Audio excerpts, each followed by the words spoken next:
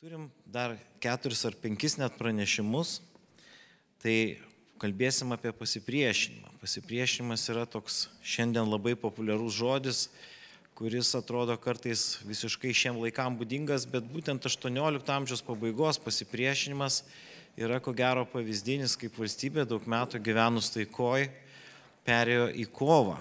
Į kovą keitusią tiek valstybių gyvenimą, tiek ir tautos gyvenimą, ir žmonių gyvenimą, kurie tenai dalyvavo. Tai su dideliu džiaugsmu noriu pristatyti savo seną prietelių Eduardą Brusoką, atstovaujantį Nacionalinį Čiurlionio dailės muziejų. Jo pranešimas 1794 m. sukilimo ginkluotųjų pajėgų organizavimas. Vilkmergės pavieto atvejis. Prašom, būsiu žiaurus laike, kontroliuosiu, nes nėra kitos išeities. Labadiena, gerbiami konferencijos dalyviai ir svečiai. 1794 m. sukilimo metu vienu svarbiausių klausimų buvo, kaip organizuoti sukilimo ginkluotasias pajėgas, kurios galėtų efektyviai veikti prieš reguliarią priešininko kariuomenę. Vilkmergės pavieto pavyzdžių pabandysiu parodyti, kaip vyko ginkluotųjų pajėgų būrimas, kokia tam tikslui buvo sukurta struktūra, kaip vyko pasiruošimas ir dalyvavimas ginkluotose kovose. Pabandysiu atsakyti į klausimą, kiek gyventojų buvo įtraukta į pavieto ginkluotasias pajėgas. Kažkuria prasme, Vilkmergės pavietą galima laikyti idealiu atveju tokiems tyrimams, kadangi šis pavietas ribojosi su Vilniaus pavietu, o tai reiškia, kad vienas pirmųjų gaudavo Lietuvos aukščiausios tautinės tarybos, toliau, kuri bus vadinama Lietuvos taryba, universalus ir nurodymus ir galėjo juos greitai įgyvendinti, ypač turint galvoje, kad nuo sukilimo pradžios iki rugpjūčio vidurio paviete nebuvo Rusijos kariuomenės ir jame buvo galima sąlyginai ramiai organizuoti pavieto ginkluotasias pajėgas. Pagrindinis šaltinis nagrinėjamiems klausimams yra Vilkmergės pavieto komendanto generolo majoro Juozapo Morikonio registracijos žurnalas, raštų registracijos žurnalas. Šis žurnalas tikrai unikalus šaltinis. Man žinoma tik dar vienas panašus šaltinis – Telšių pavieto generolo majoro Antano Vatkevičio žurnalas. Tačiau jame daugiausia perrašyti valdžios universalai, o paties generolo veikla menkai atsispindi. Juozapo Morikonio žurnalas, nors ir apima gana neilgą laikotarpį, vos 2 mėnesius, nuo 1794 m. gegužės 19 dienos iki Liepos 21 dienos, tačiau leidžia mums pažvelgti į vieną svarbiausių to meto pavieto pareigūnų veiklą sukilimo metu, pavieto ginkluotasias pajėgas, o taip pat leidžia, kad ir atsargiai daryti išvadas apie sukilimo mastus, nors ir vieno atskiro pavieto atveju. Kaip žinia, sukilimas Lietuvoje prasidėjo 1794 m. balandžio 16 dieną, kai kariškiai Šiauliuose paskelbė sukilimo aktą. Jau po keleto dienų per Vilkmergės pavietą įvairiais keliais žygiavo LDK 1-osios tautinės kavalerijos brigados daliniai, kurie pirmieji pradėjo sukilimą Lietuvoje. Tačiau Vilkmergės pavietas, kaip ir visi Lietuvos pavietai, neprisijungė prie Šiaulių sukilimo aktų. Labai dabar nesiplėsime, kodėl taip įvyko, tik paminėsime, kad Šiaulių aktas daugiau buvo kariškių ir kad šiuo aktu visiškai atsitiktinai sukilimo ginkluotųjų pajėgų vadu Lietuvoje tapo Antanas Klevinskis, kuris net nepriklausė iš tikrųjų sukilėlių organizacijai. Lietuvos pavietai de jure prie sukilimų ėmė jungtis tik balandžio pabaigoje, gegužės pradžioje, kai sukilėliai jau patikimai kontroliavo Vilnių. Vilkmergės pavietas oficialiai prisijungė prie sukilimo simboliškai, gegužės 3 dieną. Ta dieną pavieto piliečiai paskelbė prisijungiantys prie balandžio 24 dieną Vilniuje paskelbto sukilimo aktų. Ta pat dieną atnaujino veiklą pavieto tvarkomoji komisija, į kurią sugrįžo komisarai, išrinkti dar iki 1792 m. karo. Iki gegužės 3 dienos Lietuvos taryba jau buvo išleidusi keletą universalų, kuriuose buvo rašoma, kaip sukilimo vadovybė mato ginkluotųjų pajėgų organizavimą. Jau viename pirmųjų universalų buvo rašoma, kad pagrindinė sukilimo ginkluota jėga taps reguliari kariuomenė. Bet kartu Lietuvos taryba kvietė imtis ginklų per visuotinį šaukimą, pospolitą rušenę, nedetalizuojant, kaip tai turėtų įvykti.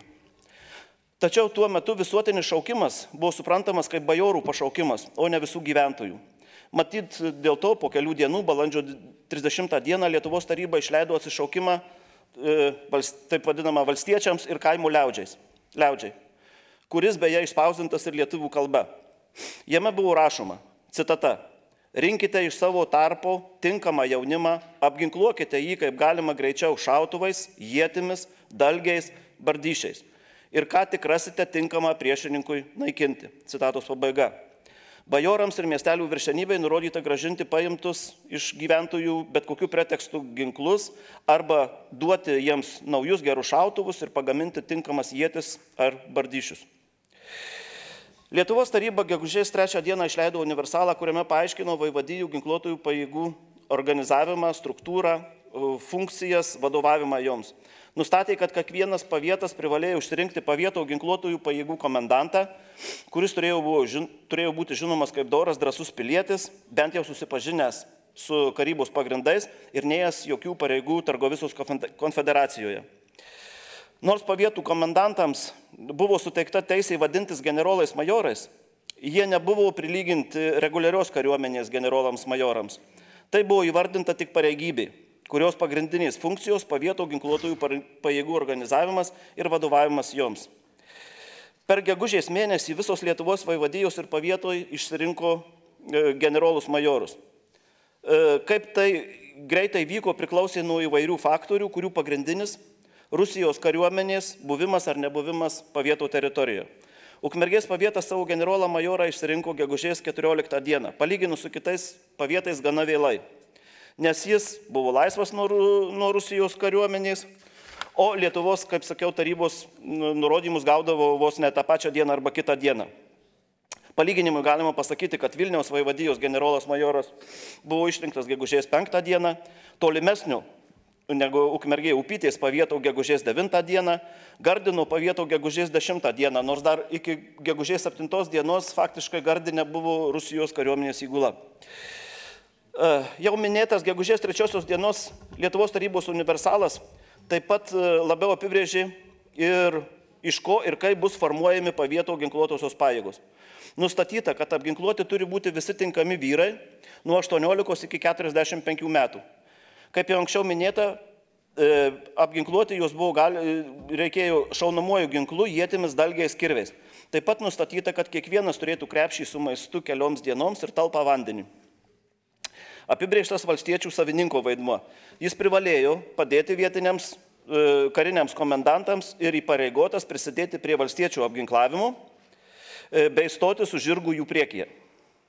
Nustatyta, kad kiekvieną šventadienį po mišių valstiečiai turi būti mokomi, šitie valstiečiai mokomi karybos pagrindų. Taip pat nustatyti vadinamieji kantonistai, kurie turėjo būti paskirti kas iš 5 dūmų. Valstiečiai kaip pėstininkai, bajorai kaip kavaleristai.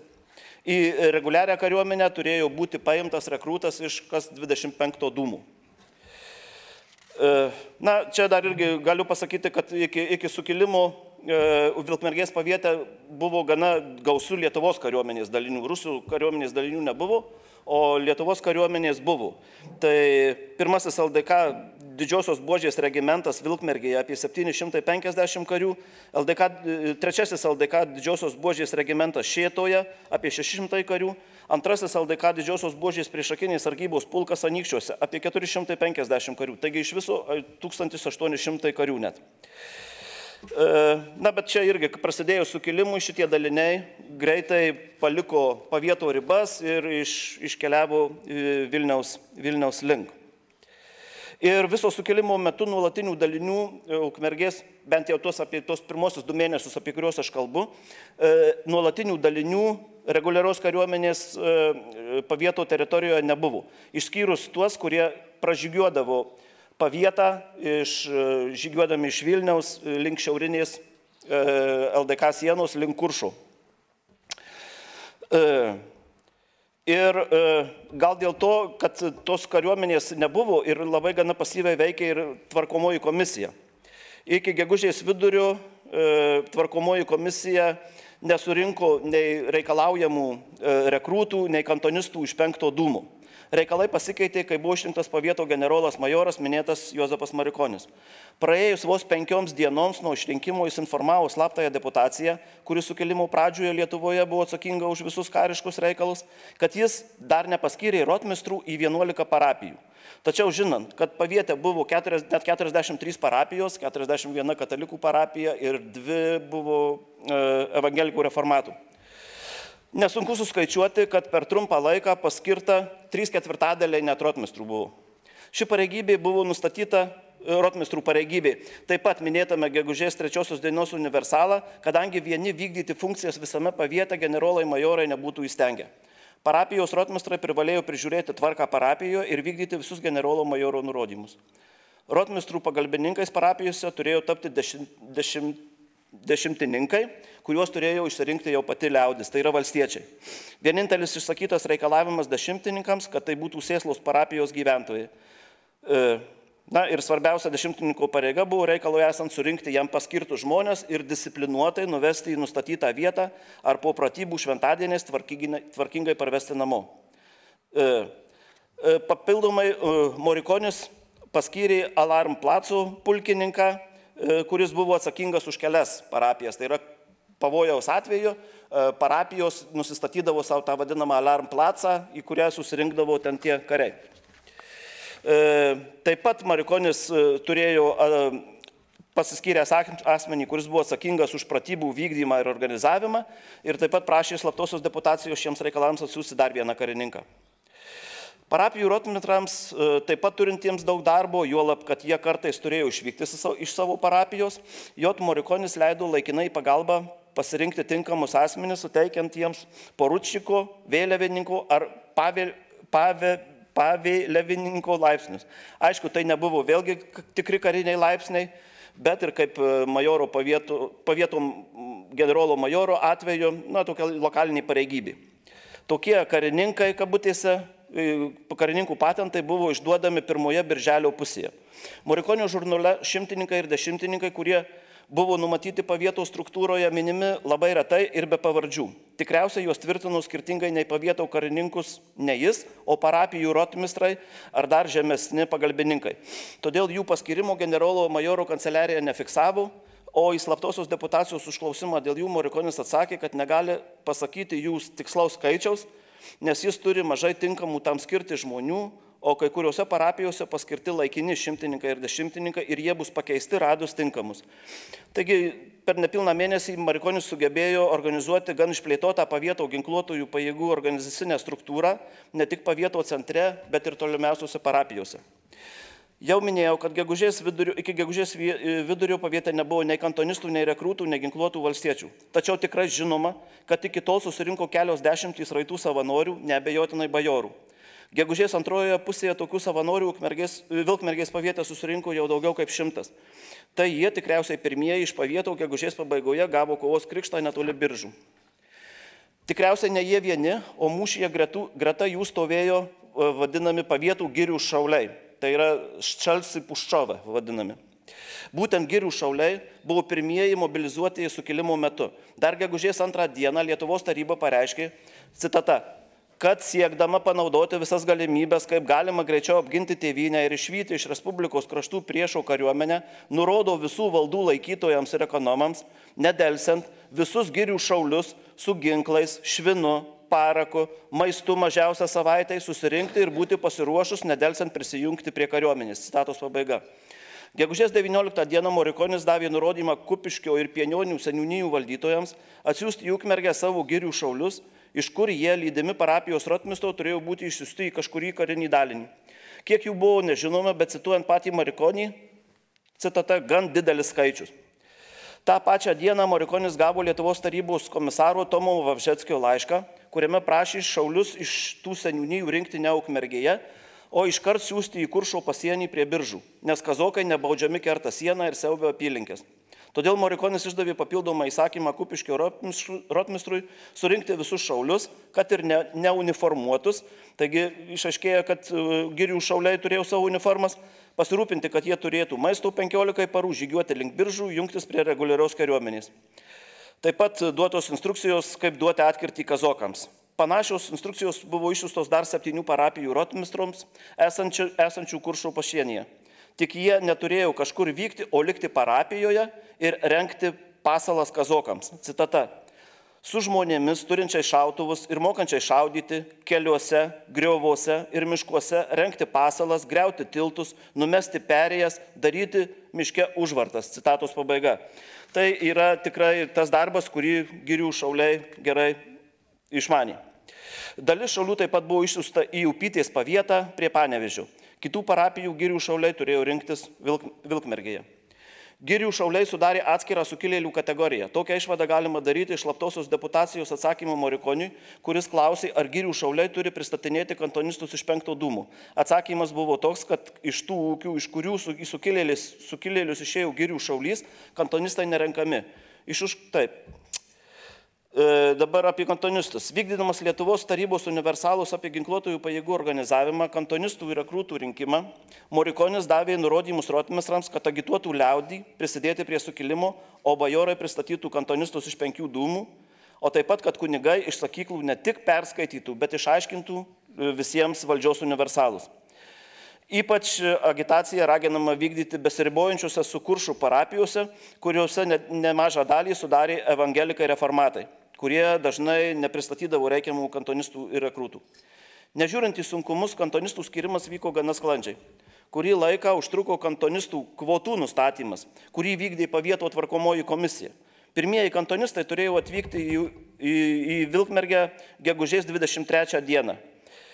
Iki gegužės galo Morikonis išleido ne vieną nurodymą dėl kantonistų, dėl 5 dūmų pėsčiųjų ir ratųjų kantonistų pristatymų kartu ir atskirai, vieniems prisistatyti į Vilkmergę, kitiems iškart žygiuoti link Biržų, tretiems budėti, pilnai pasiruošus savo parapijose. Pagal mano skaičiavimus, iki gegužės pabaigos į Vilkmergę buvo pašaukta 550 pėsčiųjų ir 275 raitieji kantonistai iš 14 parapijų. Link Biržų išsiųsta 1180 pėsčiųjų ir 45 raitieji kantonistai, taip pat iš 14 parapijų. Taigi, iš 28 parapijose iš viso buvo surinkta 2500 žmonių. Likusių parapijų kantonistai, kurių turėjo būti apie 1000 žmonių, privalėjo būti pasiruošę savo parapijose.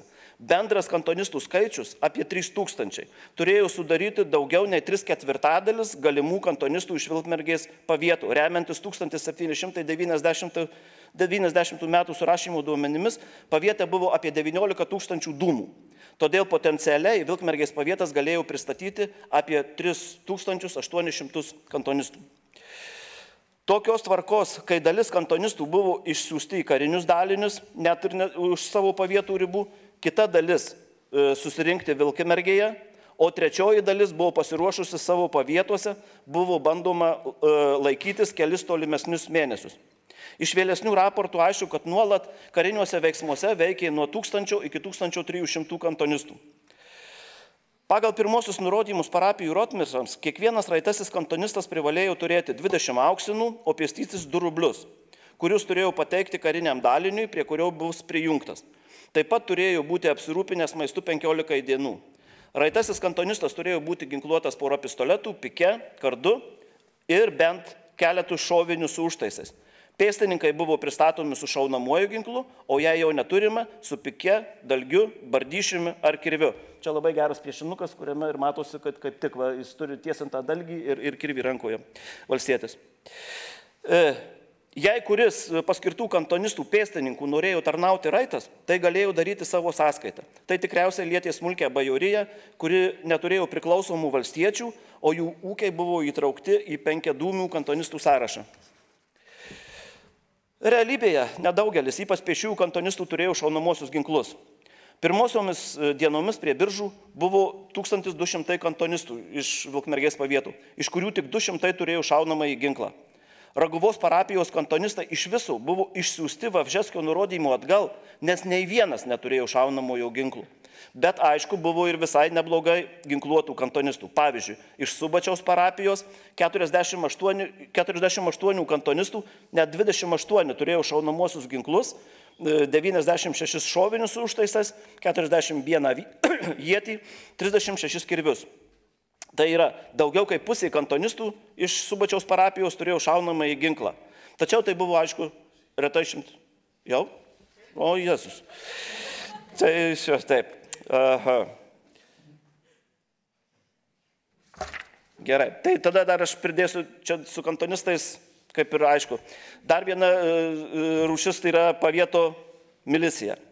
Tai pavieto milicija buvo iš tikrųjų kuriama iš tų pačių, iš esmės, iš tų pačių kantonistų. Greitai baigsiu, viskas tvarkoju, kontroliuoju. Tai tik tai tiek, kad buvo surengta stovykla prie Vilkmergės, kur nuolat ta milicija budėjo. Kaip ir sakiau, kantonistai tarsi į 3 dalis paskirstyti yra. Vieni išvykę į karinius veiksmus, kiti budi Vilkmergės apylinkėse ir treti tiesiog parapijose, kad dirba savo ūkiuose, bet kurio momentu pasiruošia.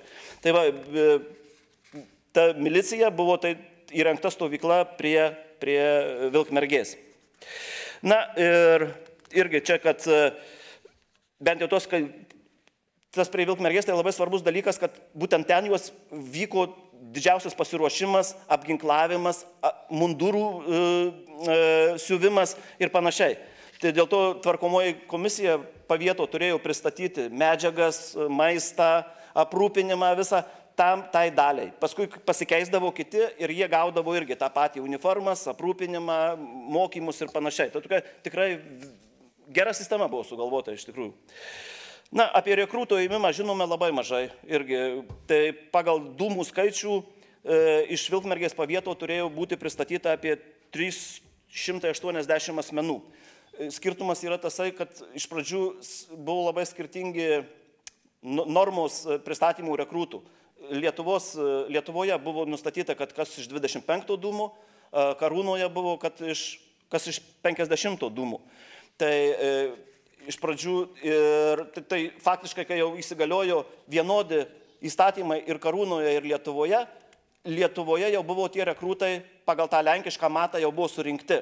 Tai nes pagal naują, jeigu iš pradžių reikėjo 380 žmonių, tai vėl per pusę sumažinkim, tai vadinasi, Vilkmergės pavietas turėjo surinkti 190 tik tai rekrūtų. Tai tikrai buvo įgyvendinta, čia vieno pavieto pavyzdžių, ne vieno parapijos pavyzdžių, patikinu, kad taip ir yra.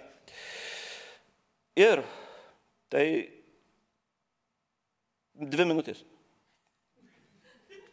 Vilkmergės pavietas, taip. Vilkmergės pavietas įsijungė į sukilimą, kaip ir dauguma Lietuvos pavietų gegužės pradžioje. Nors pavietų generolas Juozapas Marikonis išrinktas gana vėlai iki gegužės viduryje, tačiau vadovaujantis Lietuvos tarybos išleistais universalais per savaitę pavietų parapijoje paskyrė savo pagalbininkus ir sukūrė struktūrą, kuri įgalino sparčiai ir efektyviai kurti pavieto ginkluotasias pajėgas.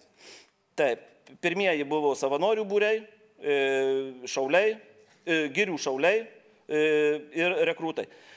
Esmė yra tai, kad ką aš norėjau šiandien pasakyti, kad pagal taip, kaip buvo numatyta sukilimo vadovybės, Vilkmergės pavietas pristatė visus žmonės, kurie reikalingi pagal įstatymą. Tai čia man labai svarbus šitas dalykas, kad aš patikrinau tą reikalą ir išaiškėjau, kad taip, buvo pristatyta lygiai tiek žmonių, kiek valdžia reikalavo šitame paviete.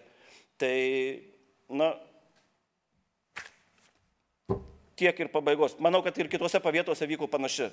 Tai žodžiu, kad, nu gerai, tas pasiruošimas vyko visiškai teisingai ir gerai.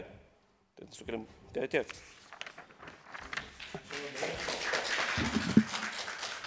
Vieną klausimą galima būtų užduoti. Jedno pytanie. Po visų. Gerai. Gerai. Taip po visų. Aš tą klausimą turiu, užduosiu. Svarbus dalykas, kad Vilkmergės pavietas tebėra ir ten visai normalūs piliečiai gyvena ir jūsų pranešimas būtų labai mielai išgirstas Ukmergės krašto muziejui. Pabandysim tą pasistengti, kad įvyktų. Ačiū labai už pirmąjį pranešimą ir dabar norėčiau pakviesti magistrę Aleksandrą Malich Pasakysiu lenkiškai, Szkoła Doktorska Nauk Humanistycznych, Teologicznych i Artystycznych Uniwersytet Mikołaja Kopernika w Toruniu, Torunės Mikalojaus Koperniko Universiteto humanitarinių teologinių mokslų ir menų doktorantūros mokykla. Berkas Joselovičius stereotipų apie žydus požiūrių. Tai prašom.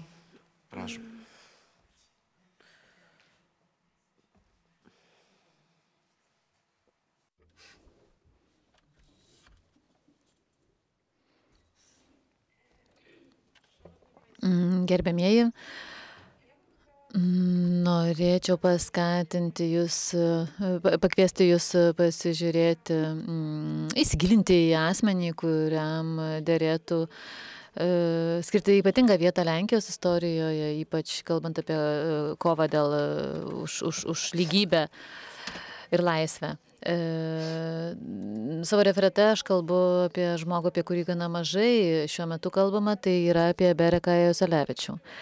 Žmogų, kuris žydų kilmės, žmogų, kuris tapo didvyriu kovų už Žečpospolitos nepriklausomybę Kosciuškos sukilimo metu bei vėliau.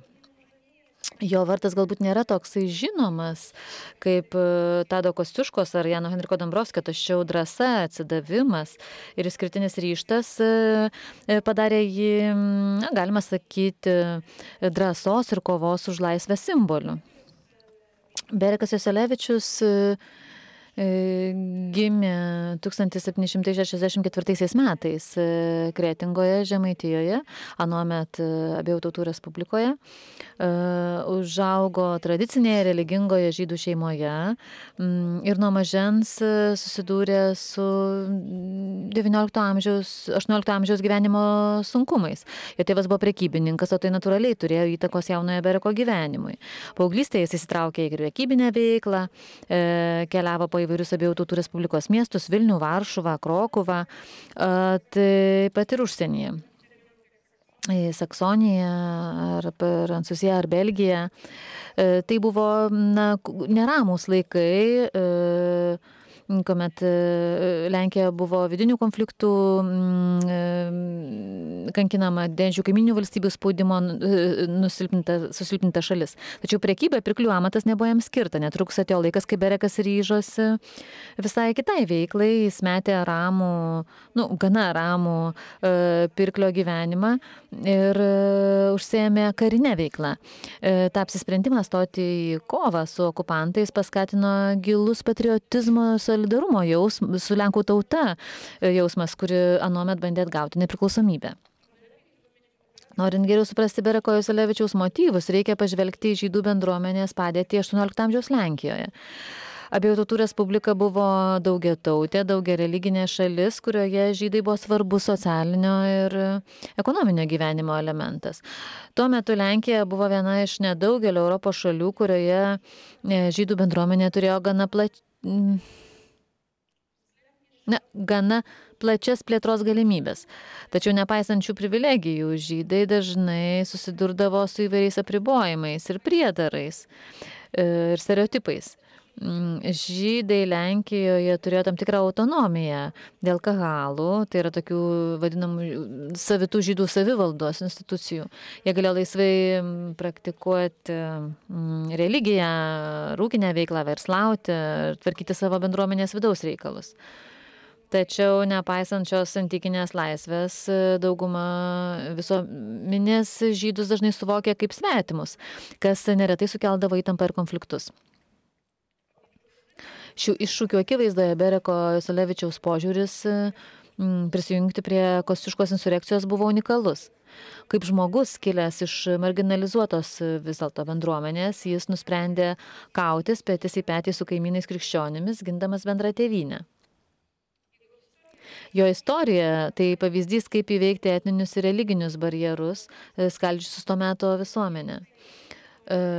Vienas iš svarbiausių Bereko Joselevičiaus gyvenimo momentų buvo Kosciuškos sukilimas. Lenkija jau anksčiau susilpninta padalijimų 1772, 1793 metų susidūrė su galutiniu suvereniteto praradimu. nepriklausomybės kovų didvyris Tadas Kosciuška paragino Lenkų tautą pradėti ginkluotą pasipriešinimą įsibrovėliams. Ir tai buvo būtent tas momentas, kuomet Berekas Juosolevičius nusprendė stoti į kovą ir visiškai pakeitė jo gyvenimą tas momentas. Įkvėptas Prancūzijos revoliucijos idėjų, laisvės, lygybės dvasios, Berekas Juosolevičius nusprendė suorganizuoti pirmąjį istorijoje dalinį sudarytą tik žydų karių. Remiant Kosciuškai, jam pavyko surinkti apie 500 savanorių, prisiekusių ištikimybę Lenkijai. Jų priesaika pagal istorinius duomenis buvo ypatinga, mat jie prisiekė Izraelio dievų ir Lenkų tautiniams didvyriams. Tai tapo įvairių tradicijų, religijų vienijimosi vardan bendro reikalo simboliu. Bereko dalinys, žinomas kaip žydų lengvosios kavalerijos pulkas, pagarsėjo mūšiuose prieš Čekočinų.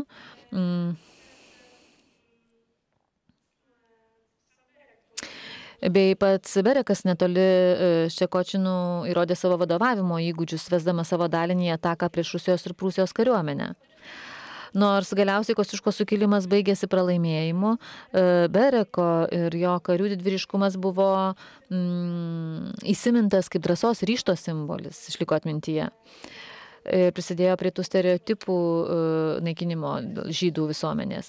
Po Kosciuškos sukilimo pralaimėjimo Berekis Juosolevičius nesiliovė kovojęs. Savo likimą jis susijęs su Lenkų legionais Italijoje, kurios organizavo generolas Janas Henrikas Dombrovskis. Tai buvo laikas, kuomet formaliai Lenkija neegzistavo žemėlapyje, tačiau Lenkai vis dar tikėjosi atgauti nepriklausomybę. Berekas prisijungė prie Lenkų italų legiono, kur be kita ko kovojo Napoleono Bonaparto vėliava, mat šis pažadėjo Lenkams atkurti šalį. Jisai pasižymėjo kaip drąsus vadas, pelnęs pripažinimą tarp Lenkų ir prancūzų karių. Gyvenimas jo tragiškai baigėsi 1809 metais, Kocko mūšyje, kurį nužudė austrų kariai. Jo mirtis buvo simbolinė tam tikros eros pabaiga, bet kartu ir legendos išlikusios Lenkų ir žydų istorinėje atmintyje pradžia. Po Bereko Juosolevičiaus mirties jo idealai ir jo kova už laisvę buvo tęsiami ir vėlesnėse kartose. Vienas iš jų buvo jo sūnus Juzefas Berkovičius. Jūs galite čia dabar kairėje matyti skaidrėje. Taigi sūnus, kuris nuo mažens mėgdžiojo savo nepalaužiamą tėvą. Jis buvo jo idealas. Juzefo Berkovičiaus istorija, panašiai kaip Bereko Juosolevičiaus, tai istorija apie drąsą, ryžtą ir sunkius pasirinkimus. Po tragiškos Bereko žūties Kocko mūšyje Juzefas prisijungė prie Napoleono kariuomenės, kur dalyvavo 1812 metų Rusijos kampanijoje. Nors patirtis sužeidimai jį pavertė neįgaliu visam gyvenimui, tai nesutrukdė jam toliau kariauti. Ir 1831 metų lapkričio sukilimo metu, nepaisydamas negalios, jis užsirašė savanorių kartu su anuomet 17-mečiu savo sūnumi Leonu, bandydamas sutelkti kitus taip pat žydus į savanorių būrius. Ir tas tvirtas Juzefo Berkovičiaus požiūris ištvėrė gyvenimo išbandymus emigracijoje, kuris net ir skurde liko ištikimas savo idealams. Kitas žmogus, kurį matote skaidrėje dešinėje, Liudvikas Ozelešas Liublineris, taip pat įsirašė Lenkijos istoriją, į kovų istoriją. Jis taip pat buvo lapkričio to 30-31 metų sukilimo dalyvis. Jis pasižymėjo nepaprastą drąsą, už tai buvo apdovanotas sidabriniu kariniu kryžiumi. Po sukilimo žlugimo, panašiai kaip daugelis kitų, jis turėjo pasitraukti į emigraciją, kur tęsė kovą už Lenkijos nepriklausomybę, bet jau politikos ir žurnalistikos, publicistikos srityje. Jis buvo žydų integracijos Lenkijos visuomenėje šalininkas, propagavęs vienybę vietoje susiskaldymo. Grįžtant prie Bereko Juosolevičiaus, kas paskatino imtis tokių drąsių veiksmų ir kokios buvo jo vertybės. Tai visų pirma, tai buvo nepajudinamas tikėjimas laisvės ir lygybės idealais. Berekas panašiai kaip daugelis jo amžininkų buvo paveiktas apšvietos idėjų, kur buvo teigiama, kad visi žmonės, nepaisant kilmės, turi teisę į laisvę ir orumą. Jo požiūris tai buvo Tai yra įrodymas, kad priešingai tuo metu paplitusiems išankstiniams nusistatymams žydai gali būti lojalūs piliečiai pasirengę kovoti už bendrą gėrį. Berekui Lenkija buvo jo tėvynė, o kova už jos laisvę, už tos tėvynės laisvę buvo ir kova tuo pačiu už jo paties bendruomenės laisvę. Ir nors Bereko Jeselevičiaus nuo jo laikų praėjo daugiau nei 200 mečių, jo istorija vis dar įkvepia. Tai yra stereotipų ir išankstinių nusistatymų veikimo simbolis tam tikras, primenantis, kad tikras didvyriškumas nežino nacionalinio ir religinių barjerų. Jo gyvenimas rodo, kad tokios vertybės kaip laisvė, lygybė ir solidarumas yra universalios ir gali suvienyti skirtingų kultūrų žmonės. Dabar norėčiau pakviesti trumpai pamąstyti, taip labai sutrumpintai, kaip Berekas Jeselevičius ir jo palikimas buvo ir yra interpretuojamas ir perteikiamas lenkų poezijoje. Pasirinkau poezijos iš liaudies kūrybos, nors tų pavyzdžių yra daugiau, tikrai daug daugiau. Taigi eilėraščiai tokie kaip daina apie Bereką Jeselevičių, jūs galote Berekas Jeselevičius ir Litvakai, abu kūriniai sukurti 20 amžiaus pradžioje, pagal pasakojimus, galbūt 19 amžiaus pabaigoje. Tai nėra tik tai duoklė jo didvyriškumui. Jie taip pat atspindi kovą su išankstiniais nusistatymais už pripažinimą ir tapatybę daugiakultūrėje bei Tautų Respublikos visuomenėje. Šie kūriniai parodo, kaip giliai kultūra įsišaknijo jo legenda ir kaip skirtingai buvo interpretuojama. Dainoje apie Bereką Jeselevičių matome įvaizdį herojaus, kuris dvasia laužė to meto žydams priskiriamus stereotipus. Šie stereotipai, remiantis literatūra, buvo susijęs su tariamu žydų nesugebėjimu kovoti ginklu ir aukotis už savo tėvynę. Jau pirmieji dainos posmai transliuoja stiprią žinią. Tai buvo Berko, garsusis žydas, sąžiningas žmogus, tikras lenkas. Anoniminis poetas aiškiai pabrėžė, kad Berekas buvo vertinamas ne dėl savo kilmės, o dėl nuopelnų ir charakterio. Kitose stulpeliuose atskleidžiamas jo pasiaukojimas. Šlovę jis pelnė ne šmugliavimo ar sukčiavimo krauju. Šie žodžiai aiškiai atspindi kontrastą tarp užgaulaus žydo pirklio stereotipo ir tikrojo Bereko kovų didvyrio. Čia matome bandymą įveikti socialinius prietarus ir pabrėžti, kad drąsos ir pasiaukojimo vertybės yra universalios. Eilėraštyje ne tik aprašomos kovos, kuriuose dalyvavo Berekas, bet ir išryškinamas humoristinis keršto priešams aspektas. Paskutinėse eilutėse matome tam tikrą pasityčiojimą iš priešininkų. Šitau košerinė, šitą už žvakių šviesą. Čia galima išvelgti ir prisirišimą prie savo kultūros ir universalų kario džiaugsmą nugalėjus priešą. Bereko Jeselevičiaus dainoje Berekas parodomas kaip daugialypis personažas, žydas, lenkas, kareivis, patriotas, trumpai tiesiog herojus, kurio istorija apjungia įvairias tapatybės. Savo ruožtų dainoje Berekas Jeselevičius ir Litvakai daugiausiai dėmesio kitkam šiek tiek, tai yra, iš principo tai yra įtampa Lenkų bendruomenės viduje. Poetas cituoja patį Bereką, kuris neva yra sakęs, citata, aš atėjau ginti Lenkijos, o jūs jos apiplėšti. Citatos pabaiga. Šie žodžiai skleidžia gilų vertybių konfliktą. Berekas kaip ištikimas patriotas ir kovotojas už laisvę prieš pastatomas litvakams, kuriuos jis kaltina oportunizmu ir įsipareigojimų stoka. Pažymėtina, kad šis konfliktas atspindi platesnę įtampą daugiakultūrėje bei Tautų Respublikos visuomenėje, kur įvairios socialinės ir tautinės grupės sprendė savo tapatybės klausimus išorinės grėsmės akivaizdoje. Taip kaip jau minėjau, tai yra tik tai du iš labai daugelio kūrinių skirtų Bereko drąsai.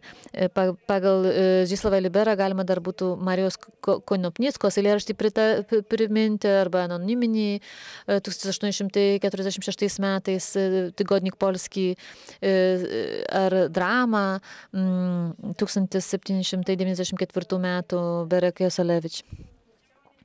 Norėjau tiesiog parodyti, kad ta legenda Bereko Jozulevičiaus buvo ir tokiuose liaudies pasakojimuose tiesiogiai susijusiuose su visuomenė, ar net visuomenės, artimesniuose visuomeniai.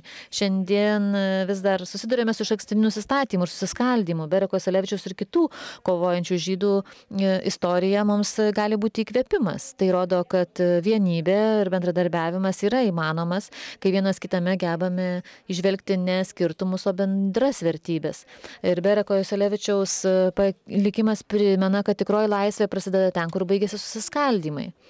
Pats Berekas tuo tarpu moko mus, kad sunkiausiamis istorijos akimirkomis, kai atrodo, kad viskas prarasta, visada galima rasti drąsos susidoroti su negandomis.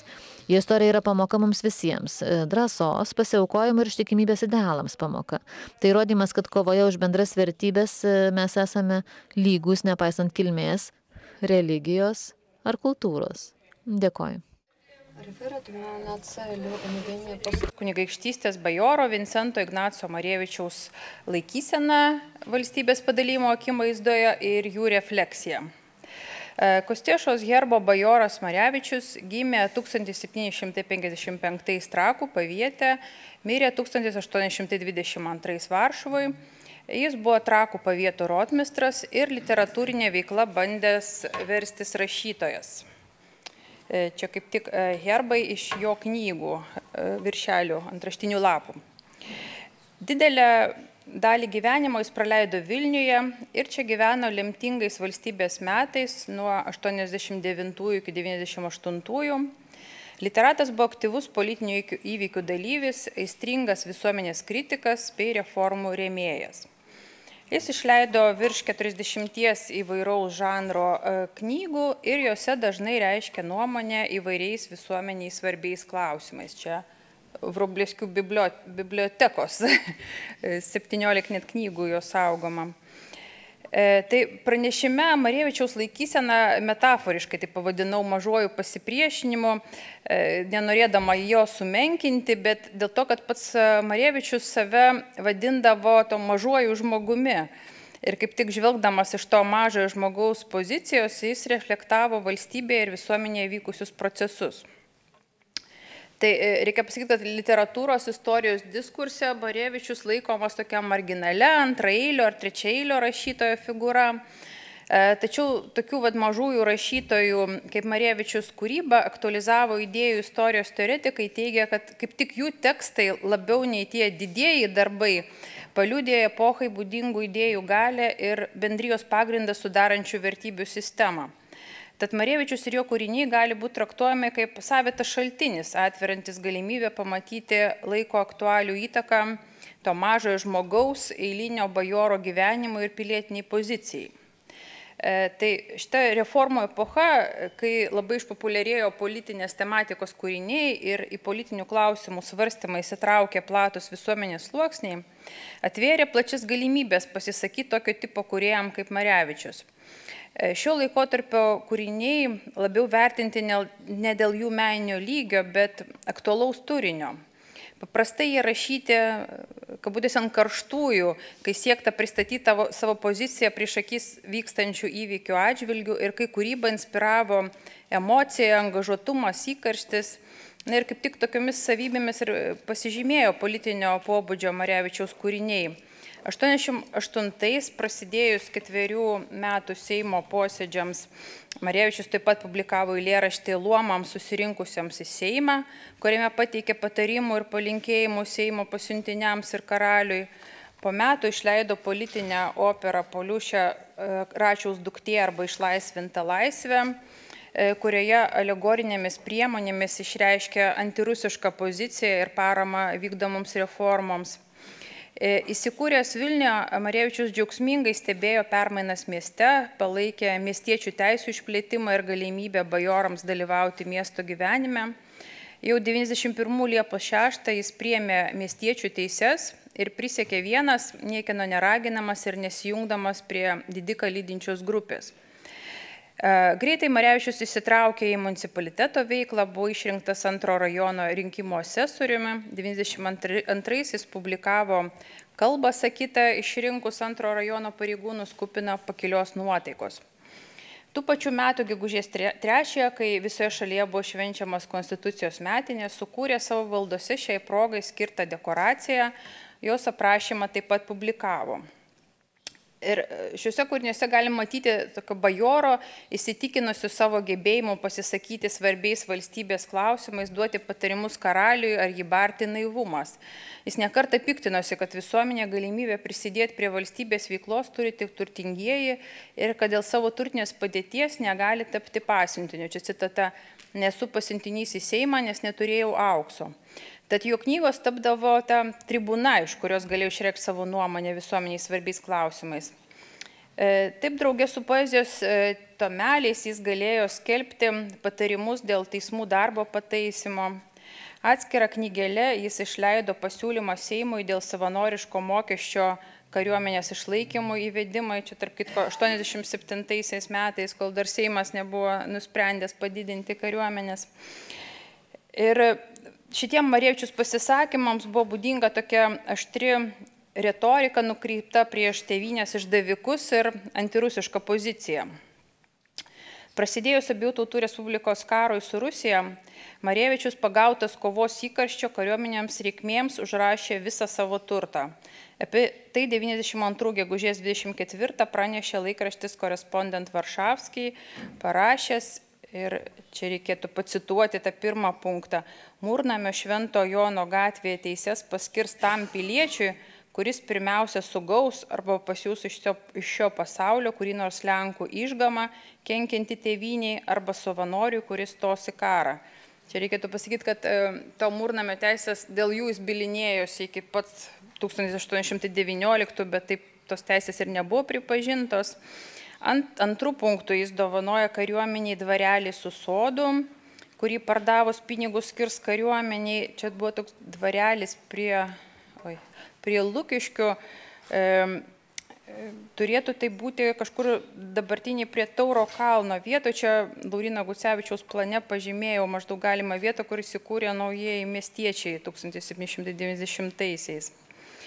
Na ir ta auka dar buvo piniginės lėšos, jo knygų už 2000 auksinų, taip pat įsipareigojo spausdinti aukotojų sąrašus, pristatyti kariuomeniai savanorį, taip pat pasižadėjo pats stoti į kovą. Gegužės 31 jis nusiuntė laišką valdovui Stanislavui Augustui, prie kurio pridėjo savo aukos kariuomenėms reikmėms kopiją ir pažadėjo valdovui padidinti auką iki 3 savanorių aprūpinimo, o pats patvirtino pasiryžimą, citata, kartu su Juozapu Zablockiu, Ašmenos rotmistru ir 14 savanorių stoti po jo karališkos didenybės vėliavą. Na, neaišku, ar Marevičius spėjo prisijungti prie kariuomenės ir kiek jo aukos buvo panaudota. Kaip žinom, jau Liepos 23 valdovas prisijungė prie Targovicos ir karas buvo nuslopintas, 93 įvyko antrasis Respublikos padalyjimas. Ir tas įdomu, kad Marevičius, heroizavęs Stanislavą Augustą, nematė valdovo kalties dėl pralaimėto karo ir antro padalinimo. Pačioje 94 metų pradžioje jis paskelbė eilėraštį Linkėjimai karaliui ir nelaimingai tautai naujiems 94 metams, kuriame apverkė nelaimingus 93-uosius ir vylėsi, kad naujieji metai atneš valstybės atgimimą. Kūrinyje poetas ne tik nesmerkia valdovo, bet toliau vadina jį tautos tėvu, kuris kenčia praradęs dalį vaikų, kabutėse, nes jų tik saujelė tėra belikusi. Eilėraštyje poetas toliau kartoja 4 metų Seimo lydėjusi šūkį apie valdovų ir tautos vienybę. Nors jau maža tauta, bet jei bus dora, karalius su tauta, tauta su juo gali būti laiminga. Antrąjį eilėraščio dalį Marevičius paskyrė tautai, kuri buvo didi, o dabar pažeminta. Čia man tas tekstas siejasi su profesoriaus minėtų Jasinskio tekstu irgi apie tautos nuopolį. Kaip būdinga to meto retorikai, pagrindinė kaltė už tokį tautos likimą buvo verčiama išdavikams, kurie parsidavė užsienio galybėms. Ir šiame eilėrašte išdavikams skirtos itin nuožmios eilutės. Teresa Kostkovičiova pastebėjo, kad šio laikotarpio poezijai būdinga išdavikus minėti kartu su užpuolikais ir tironais, prieš kurios reikia kovoti už laisvę.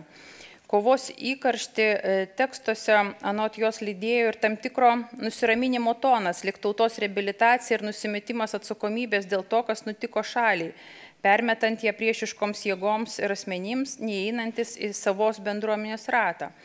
Marevičius nors baigė eilėraštį palinkėjimų tautai, kad naikintų uždavikus, citata, dorybės garbinkite uždavikus, visur naikinkite, tai linkėjimai, kuriuos siunčiu jums naujiems metams. Pripažino ir pačios bendruomenės kaltę dėl susiklošiusios padėties. Išdavikai anot Marevičius sunaikino šalį ir dėl pačių piliečių kalties. Citata, puikybė, godumas ir nesutarimai tautą susilpnino, o išdavystė tarp mūsų pribaigė. 94 sausio 5 jis nusintė šį eilėraštį Stanislavui Augustui, kaip paliudijimą, kad esąs jo ištikimas valdinys ir žemiausias tarnas. Ir šis kūrinys gerai matyti atliepiantis visuomeniai tvyrančias nuotaikas, po 19 dienų buvo dar kartą perleistas, jau šį kartą prenumeratorių lėšomis. Istoriografijoje teigiama, kad Marevičius dalyvavo 94 metų sukilime, detalesnių žinių apie tai nepavyko aptikti, bet Kurjer Varšavski, kuris 1822 paskelbė Marevičiaus nekrologą po jo mirties, rašė, kad jis buvo, citata, garbingas pilietis ir tai įrodė pavojaus tėvynė akivaizdoje stojęs drauge su žmona, paprastais kareiviais į naujai kūriamą pulką.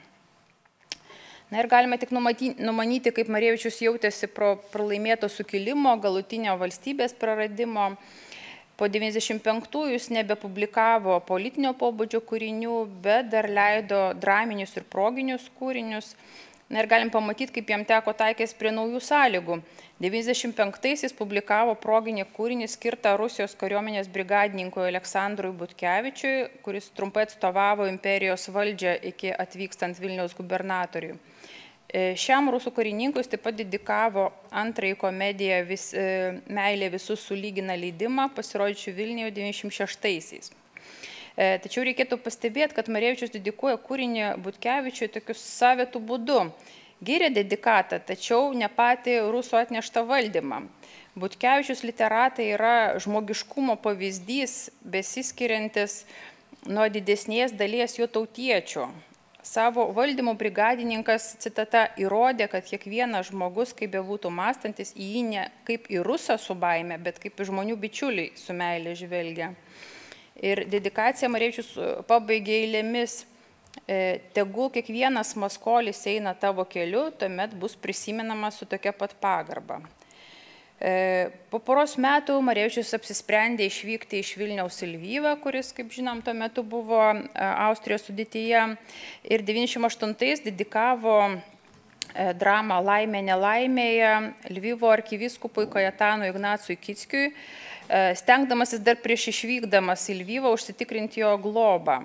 Ir dramos dedikacijoje jis rašo: persikeldamas šiaurinės nemėlos man galybės, tai yra Rusijos imperijos, į saldų viešpatavimą žmogiško ir teisingo šviesiausio Pranciškaus II, tai yra Austrijos imperatoriaus, noriu prašyti tavęs priimti į savo avidę, kad būčiau rūpestingoje, jautrioje, gailestingoje tavo ganytojo globoje.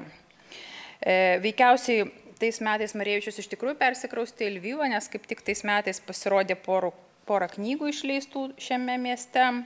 Bet turbūt Lvive jam nepavyko įsitvirtinti, nes jau kitais metais jis išvyko į Varšuvą, po to dar grįžo 1802 į Vilnių bylinėtis dėl to minėto namo Švento Jono gatvėje. Ir tas bylinėjimas jis užtruko iki 1819, neaišku, kiek iš čia praleido laiko, bet žinoma, kad tikrai gyveno Varšuvoje 19 rudenį ir ėjo Varšuvos miesto 4 rajono civilinės komisijos pareigūno pareigas, taip pat buvo masonų ložės Izidė šventikla narys. Ir istoriografijoje galim rasti teiginių, kad po valstybės padalijimų Marevičius gyveno uždarą gyvenimą. Štai tariamuose Bartolomėjaus Michalovskio atsiminimuose pasakoma, kad po valstybės žlugimo Marevičius apsigyvenęs Varšuvoje pas Michalovskį ir buvo nuliūdęs ir prislėgtas. Čia citata. Marevičiaus siela negalėjo pakelti tokio likimo be skausmo. Kol Lenkija gyvavo, jo audringa vaizduotė viską joje piešė rožinėmis spalvomis. Viltis jį užliuliavo. Taip matomo šalies nuosmukio nei galėjo, nei norėjo numatyti. Jo pabudimas buvo baisus. Šalinusi žmonių, net nustojo rašyti. Pastatė mano sode altaną ir joje visas dienas leido be knygų, be draugijos. Viena jo pramoga buvo vadovavimas darbininkams daržuose. Tik manęs ir mano artimųjų nesišalino ir kasdien lankė Dievo namus. Žinoma, kad tai yra ne tikri Michalovskio atsiminimai, bet Henriko Žavuskio kūrinys skirtas pateisinti Targovicą, bet nepaisant senokai demaskuoto atsiminimo falsifikato, ši Marevičiaus gyvenimo po valstybės sunaikinimo versija vis dar naudojama dabartinė šiuolaikinė istoriografija. Pavyzdžiui, Marekas Nalepa teigia, kad Marevičius, citata, po valstybės žlugimo, kurį laiką šalinosi žmonių ir draugijos, nustojo rašyti, o vienintelio pramoga tuo metu buvo darbininkų priežiūros sode ir kasdienis dalyvavimas pamaldose. Na, tai, kad tėvynės sunaikinimas tapo sukritimu visiems abiejų tautų Respublikos gyventojams, tai aišku negalima abejoti. Tačiau iš Marevičiaus biografijos žinoma, kad po paskutinio Respublikos padalymo Marevičius kurį laiką rašė, leido knygas. Po keliarių metų nustojo užsiimti literatūrinėje veikla, bet vargu ar gyveno atsiskyrėlio gyvenimą. Bet man įdomiau tai, kad jis toliau rašė politinius kūrinius, taip kaip vadinam, į stalčių, veikiausiai nesitikėdamas jūs greitai išleisti. Žinoma apie Marevičius parašytą, bet neišlikusi kūrinį Lenkų didvyrė, heroiną Polską. Politinio pobūdžio ironiško parodinio stiliaus poema Nefilonikonis buvo išleista tik po jo mirties. 36 Paryžiuje publikuota viena iš 4 poemos giesmių. Ir įžangoje skaitytojams autorės rašo, kad poema sukurta 1821 gegužės 3, citata, sudegintos ir suniokotos Pragos griuvėsiuose. Tai aiškiai matyti, kad Marevičiaus nurodyta data ir vieta turėjo simbolinę prasme. Data žymėjo 30-asias gegužės 3 konstitucijos metinės, o Varšuvos priemiesčio Pragos vieta, kur vyko tragiškiausias 94 metų sukilimo momentas, simbolizavo pralaimėtą kovą už laisvę ir žlugusios viltis apginti valstybę. Na ir iš tos poemos teksto matome, kad istoriniai įvykiai paskatino Marevičių persvarti savo požiūrį į Stanislavą Augustą. Rašytojas pripažino karaliaus ir visuomenės elito kaltę dėl valstybės žlugimo. Citata, kad tėvynė šiandien dejuoja, krūviną duoklę moka, kalti karalius, senatas, viskupai, magnatai. Ir dabar jau su ironija mini konstitucijos epochoje skambėjusius šūkius apie karaliaus ir tautos vienybę.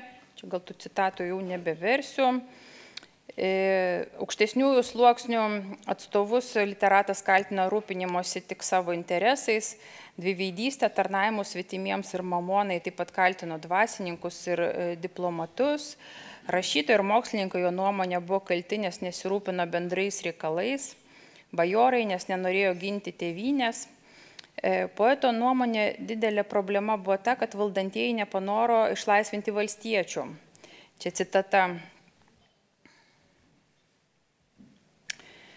Tas norėdamas, kad liaudis būtų pavaldi, eina į Maskvienų nelaisvę. Geriau kalėjimas, Sibiras, Rimbas, negu gyventi su valstiečiais kaip broliams.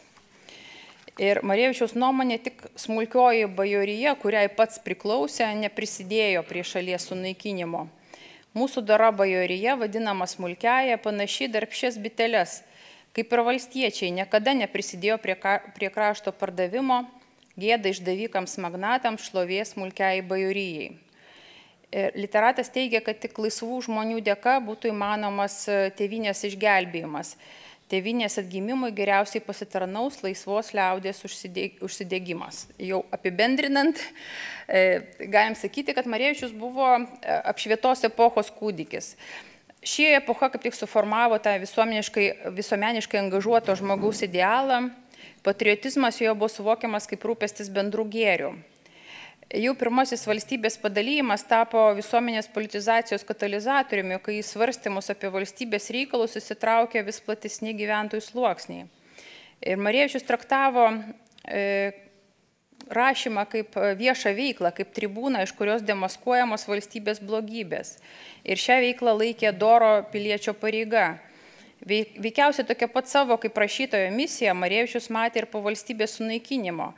kai politinės kritikos negalėjo reikšti viešai, tik rašydamas į stalčių.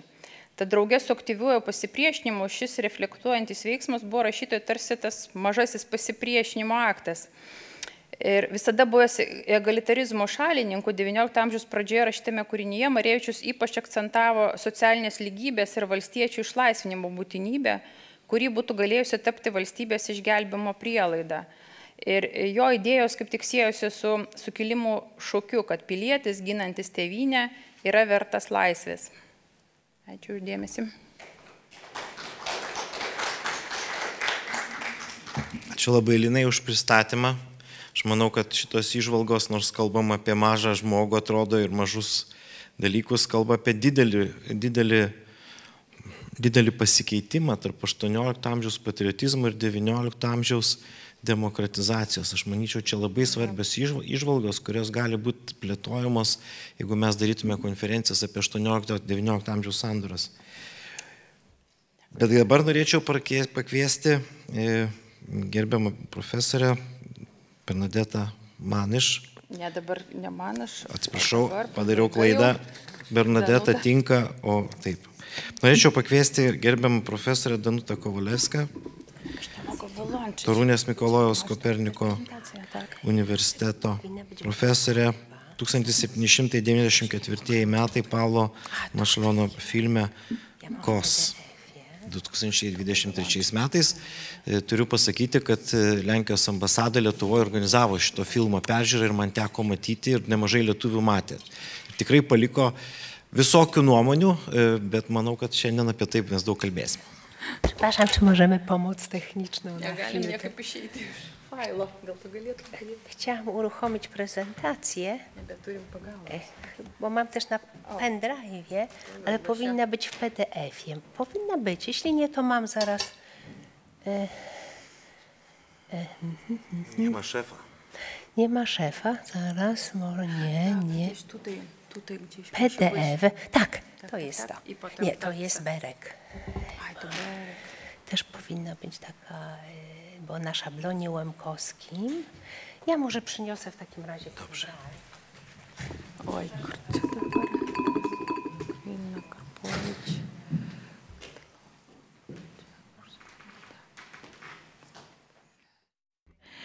Dėkoju organizatoriams už kvietimą, jau pereinu prie savo referato, kad nedelsčiau. Taigi, biografinis filmas, paremtas su istoriniais pasakojimais, dažnai atlieka tapatumo funkciją. Jis primena šiuolaikiniai publikai svarbės praeities asmenybės, tampa savotišką duoklę nacionaliniams didvyriams. Tado Kosciuškos figūra tapo įkvėpimo šaltiniu daugeliui pasakojimų. Visų pirma, pasakojimams apie politiškai reikšmingą tautinio išsivadavimo sukilimo vadą. Ekrane daug kartų rodomas filmuose buvo stereotipiniai Kosciuškos paveikslai ir sukilimo vaizdai užkoduoti literatūroje, teatre ir vaizduojamajame mene. Jie akcentavo tam tikrus vado legendos elementus, tokius kaip priesaika Krokuvos turgaus aikštėje, Raclavicų mūšis, bajoro titulo suteikimas Vojčechui Bartošui Glovackiui ir jo nelaiminga meilė Liudvikai Sosnovskai. Ne vienas iš Kosciuškai skirtų filmų nebuvo ypač sėkmingas, o geri atsiliepimai pasirodydavę po vėlesnių kūrinių premjerų dažnai būdavo susijęs su jų patriotinė žinute. Idėja perkelti į ekraną Kosciuškos istoriją pirmiausiai gimė Didžiojoje Britanijoje 20 amžiaus pradžioje. 1907 metais Džeinė Kvilenskė apie tai buvo informuojama. Deja, negalime rasti šios informacijos patvirtinimo.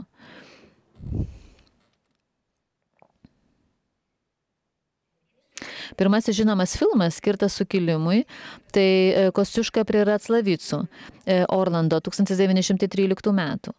Jo scenarijos pagrindu tapo to paties pavadinimo Vladislavo Liudviko Ančico pjesė. Filmo premjera įvyko 1914 metais Lvive. 1916 metais buvo sukurtas Franco Portano filmas Po tironų jungu, sukurtas Berlyno kino studijoje, nufilmuotas Krokuvoje dalyvaujant lenkų aktoriams. Jis buvo prolenkiškas ir antirusiškas. Kitas filmas, pirmoji Kosciuškos meilė, Ježo Oršono, pseudonimas Tadeušas Pinkovskis greičiausiai. Tai mažo biudžeto kūrinys, pasakojantis apie vado romaną su Liudvika Sosnovska. Filmas, nepaisant patrauklios temos, po premjero sulaukė 29 metų gruodį 1929 metų labai kritiškų nuomonių. Išskirtinė nesėkmė lydėjo filmo Kosciuška prie Raclavicų filmą Józefą Leidesą 1938 metų. Valstiečių protestų banga, vėliau ir cenzūros įsikišimai privertė kūrėjus pakeisti scenarijų ir nustumti titulinį veikėją į antrąją planą. Rimtas iššūkis Leiteso filmo prodiuseriams taip pat buvo nufilmuoti mūšio sceną, pirmą tokią masinę sceną lenkų kine. Montavimo pabaigoje dalis kopijų sudegė per gaisrą laboratorijoje, todėl filmą teko montuoti dar kartą. Anksčiau išvardintų filmų fone įdomiai atrodo filmas išaugantis iš kabareto dvasios Kaliošas Šanščia, Laimės Kaliošai batai, 1958 metų Antoni Bohadževičiaus filmas. Paskutinė filmo scena, kurioje Kosciuškos vaidmenį atliekantis aktorius dėl stebuklingų Velingtono tų batų Kaliošų perkeliamas iš Krokuvos teatro ir Raclavicų gaisrinę, galiausiai atsidūrė psichiatrinėje ligoninėje, kur jau guli keli vadai, metaforiškai atspindi šio personažo nebuvimą, trūkumą pokario kinematografijoje. Lenkijos liaudies Respublikos disidentai nepriėmė nacionalinio didvyrio, valstiečius vedusio į rusų patrankas įvaizdžio. Pirmasis pokario, pilnametražis vaidybinis filmas apie Kosciušką yra Kos.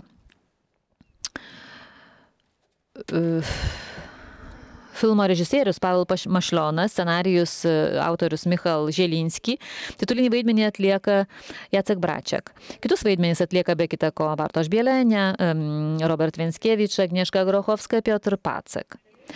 Koso premjera įvyko 2023 m. rugsėjo 18 d., o 24 m. sausio 26 jis pasirodė distributijoje Lenkijos kino teatruose. Tikrai su kritikų labai populiarus ir žiūrovų. Kritikų nuomonė tai sėkmingiausias 2023 m. istorinis filmas. Buvo plačiai komentuojamas filmo daugiažanriškumas ir Mašlionos įkvėpimas iš westernų, nuotykių kino ir Kventino Tarantino filmų.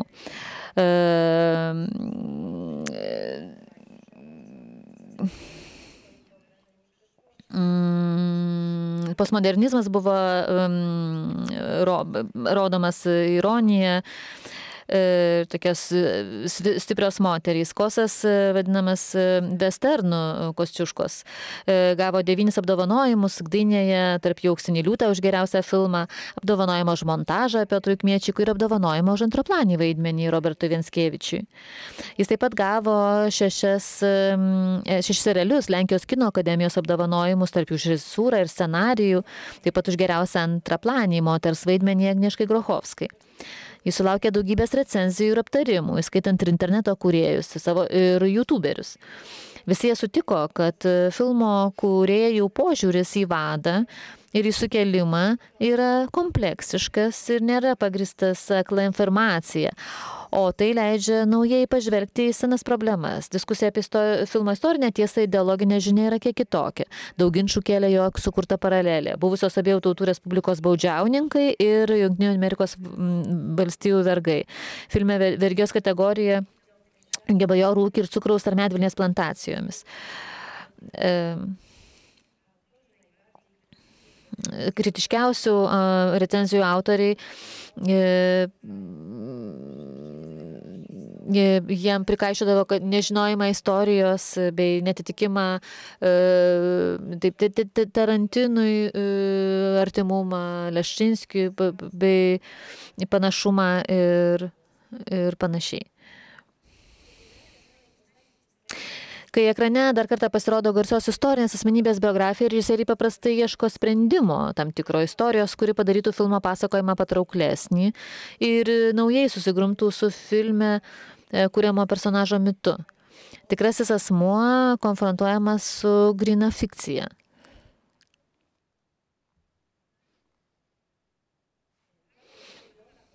Pavelas Mašlionas pabrėžė, kad Kose pristatyti veiksmas yra fikcinis. Tenai tiesiog kelios dienos parodytos išvakarėse sukilimo. Pasakojame nėra istorijos iš Kosciuškos istorijos gyvenimo, fantazuojame, kas būtų jai. Tai daugiau fantazija apie istoriją, nei tikras bandymas atspindėti tai, kas iš tikrųjų įvyko tuo metu.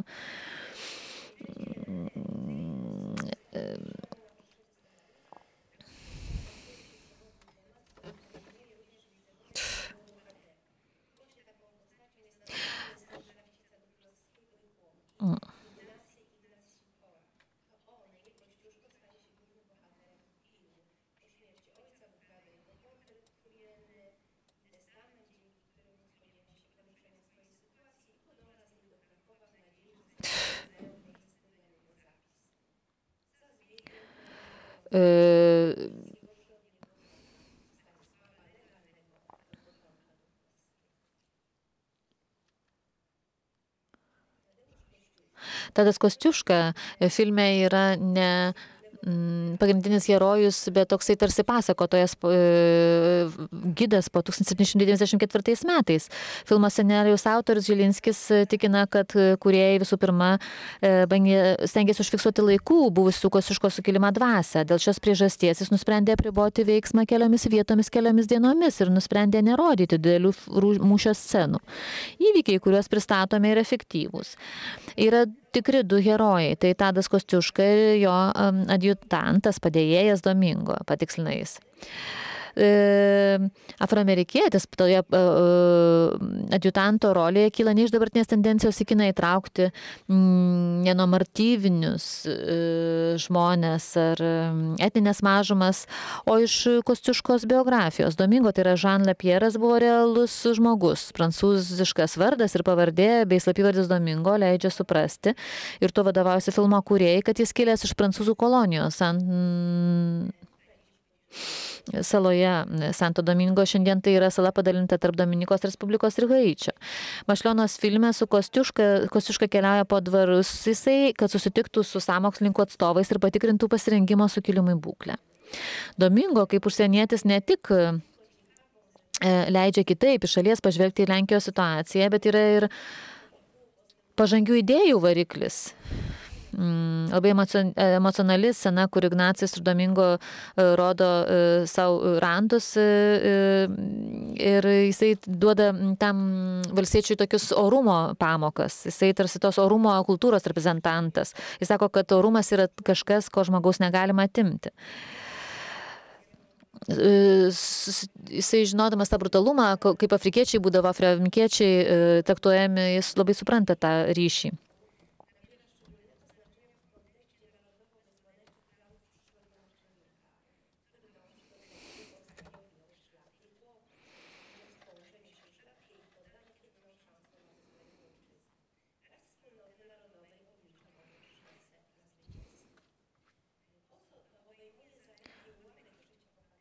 Kostas apžvelgė tik tai dalį tautinio to didvyrio biografijos. Tačiau scenarijos autorius į filmą perkelia atrinktus Kosciuškos biografijos elementus, tokius kaip meilė Sosnovskai, kad jisai ištekėjusimis moterimis megzdavo romanus, ar tą padovanotą išgraviruotą šautuvą Lenkui scenoje, turtingas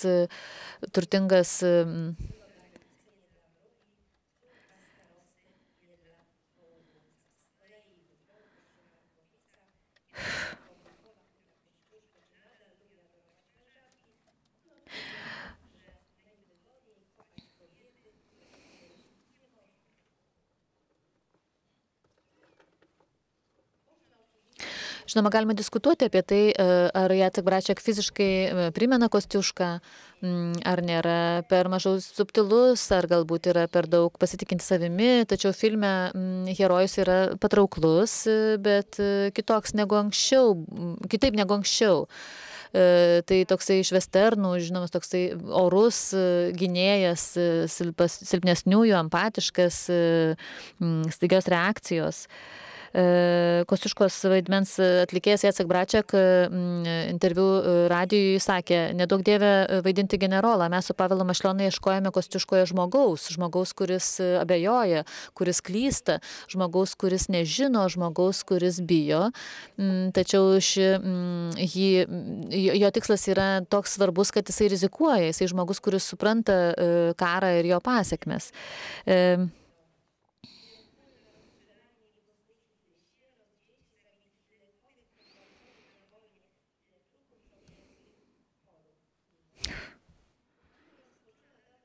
Filmas 1900 prasideda prologu, kur pasakojama, kas vyks jame. Lenkija dalelė po dalelės dingsta iš žemėlapio, Rusijos imperija ir kitos valstybės pasidalyja. Kostiuška grįžta į gimtinę ir rengia sukilimą prieš rusų okupaciją. Tačiau ne politika, o socialinės problemos yra filme Mašlionos atspindėtos. Žečpospolita 1794 metų, tai padalinta šalis, konfliktų skaldoma šalis. Ir jau pačioje pradžioje rodomos tie bandymai išsivaduoti. Kuomet rotmistras kuriamas Venckevičiaus besiveikantis inkognito keliaujantį Kostiušką rodo keleiviams Diližano laišką su piešiniu portretu generalo, ir jaunasis bajoras jį iškviečia į dvikovą ir pasakoja, kaip ir išduoda bajorų tas nuotaikas. Kostiuškos pokalbis su bajorais ir prezentuojami Žeminskio, kas įdomu, scenaristas tam bajorui sutikė savo pavardę, jisai atspindi tą silpnumą, kaip silpnai pasirengta kovai su bajorais. Bajorais esant žirgų ir kažkaip viskas bus. Tačiau yra tokių paveldėtojų, kurie nenori karo. Pasak Želinskio, šventoji mergelė ves, tik tai duokite ženklą bajorijas esant žirgų ir kažkaip bus.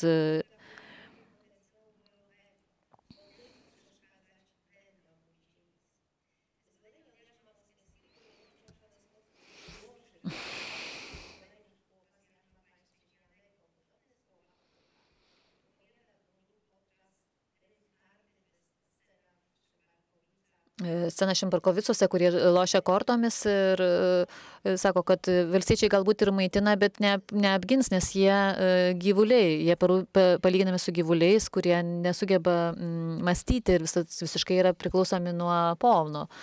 Taigi tai sudaiktinami tarsi gyvuliai.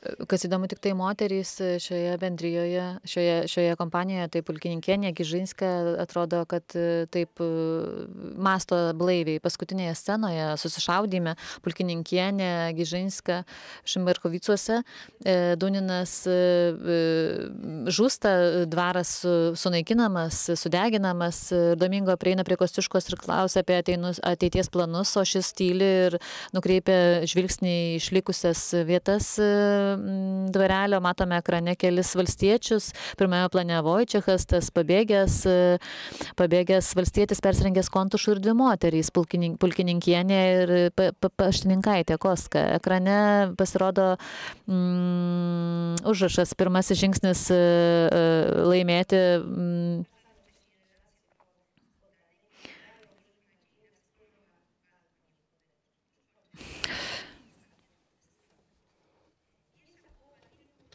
Pirma filmo dalis tai spektaklis tarsi.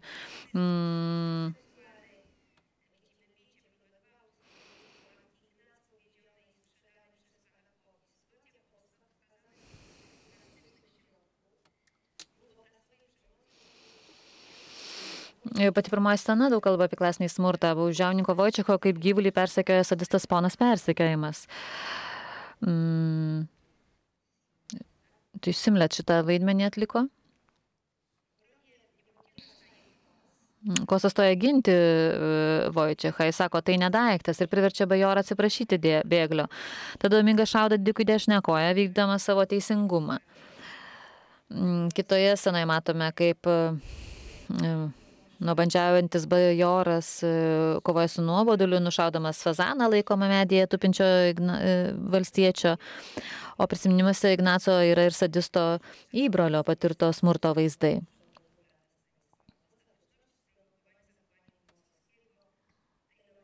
Galiausiai išprovokuoti Vansovskio, čia vaidina Lukas Simlet, elgesio užeigoje atkrečia savo persekėtojams. Kai Vansovskis skriaudžia neįgalę pabėgusio Vojčecho seserį, Ignacas instinktyviai nupjauna ant valstiečio kaklo užrištą virvę. Tarp bajorų valstiečių prasideda muštynės, kurios baigėsi ponų nužudymu. Ignacas persirengė Vansovskio kontušu ir patraukė link Šimbarkovicų dvaro. Jo elgesys yra individualaus nepaklusnumo pavyzdys ir siejamas su šeimos konfliktu. Vienu momentu dėl atsitiktinumo nepaklusnumo šeimininkui perauga į nepaklusnumą okupantui. Ignacas pradeda bendradarbiauti su sąmokslininkais. Taip pat įdomus bandymas pažymėti moterų dalyvavimą sukilime, tai pulkininkienė ir paštininkė Kostka. Tai Kostka tai tradicinio vandenų padalymo vyrų veikla tai yra kariavimą ir moterų veikla tai yra namų ūkio pareigas laužimas. Tai yra herojė, kuri leidžia interpretuoti čia. Moterys panašu kaip valstiečiai, rodomas kaip prievartos aukos, fizinės, ekonominės, psichinės, pulkininkienė ištarė reikšmingus žodžius, moters gyvenimas nuolatinis lošimas.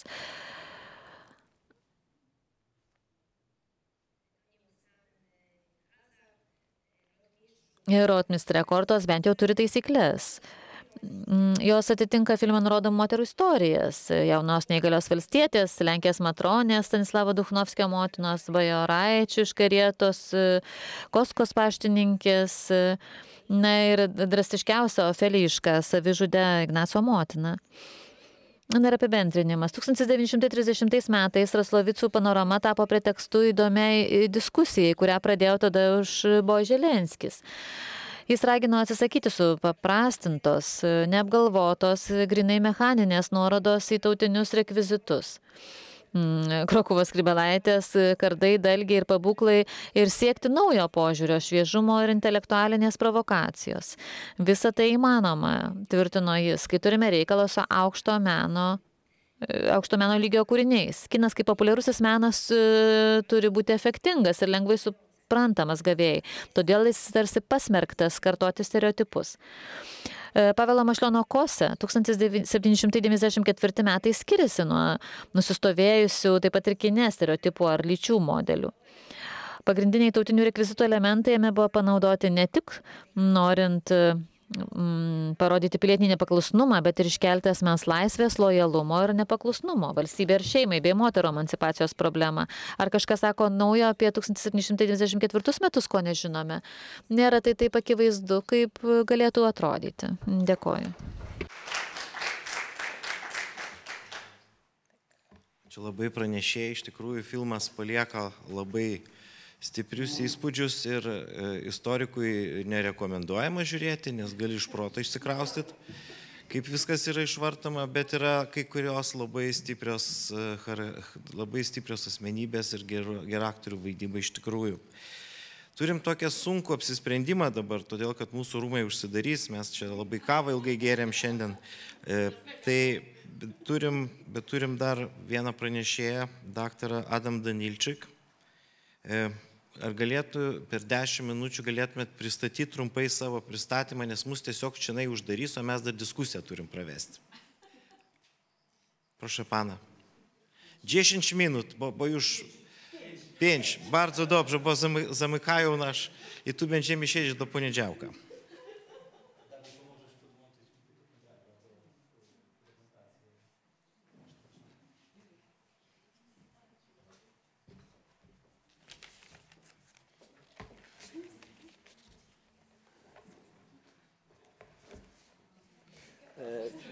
Powiem tak, jak referent idzie z jedną kartką, to znaczy, że albo nie jest przygotowany, albo wszystko ma w głowie, więc... Referatas vieno lapo, tai reiškia, kad arba nepasiruošta, arba viską turiu galvoje, o kadangi turiu tik tai 5 minutės, kaip pažadėjau, nu tai pažadu, kad kuo greičiau visą tai pasakysiu ir kaip kuo mažiau. O aš iš vertėjos pozicijos turiu pasakyti, kad visiškai neturėjau galimybę susipažinti su tekstu, todėl labai gali būti, kad jo neversiu, priklausomai nuo to, kaip kalbės prelegentas, nes negalėsiu užtikrinti tinkamo vertimo. Gerbėmiai, atsiprašau, kad jau piknaudžiauju su svetingumu. Turėjau perkelti savo referatą iš vakar dienos į šiandieną.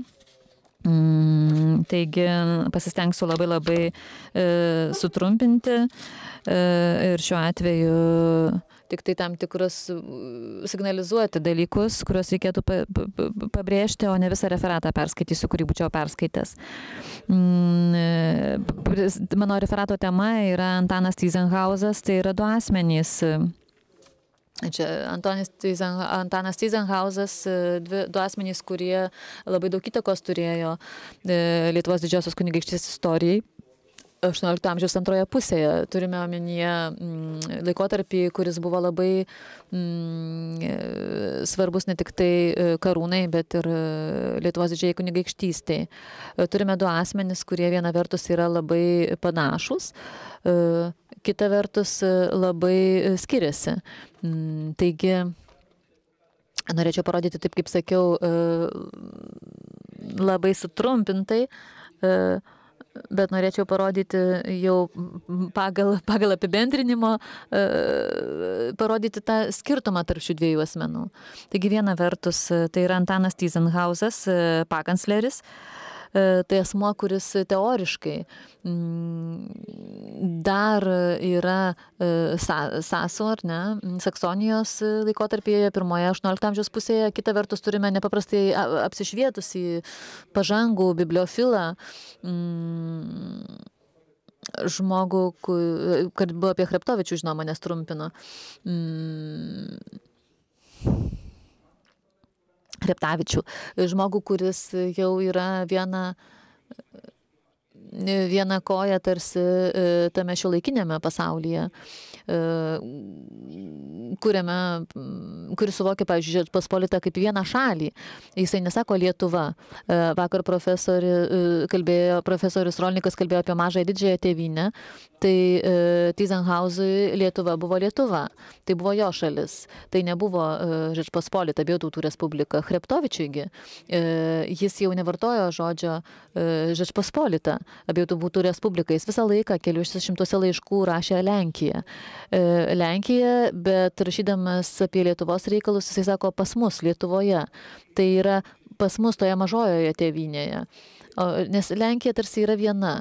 Ir daug kartų ginčijausi anksčiau, jau minėjau įvairiuose susitikimuose, taip pat ir Vilniuje su profesoriumi Rachuba, kuris, atsiprašau, sėdė tame 17 amžiuje ir jisai Radvilų, Sapiegų šaltinius tyria antroje pusėje 17 amžiaus, pirma pusėje 18 amžiaus.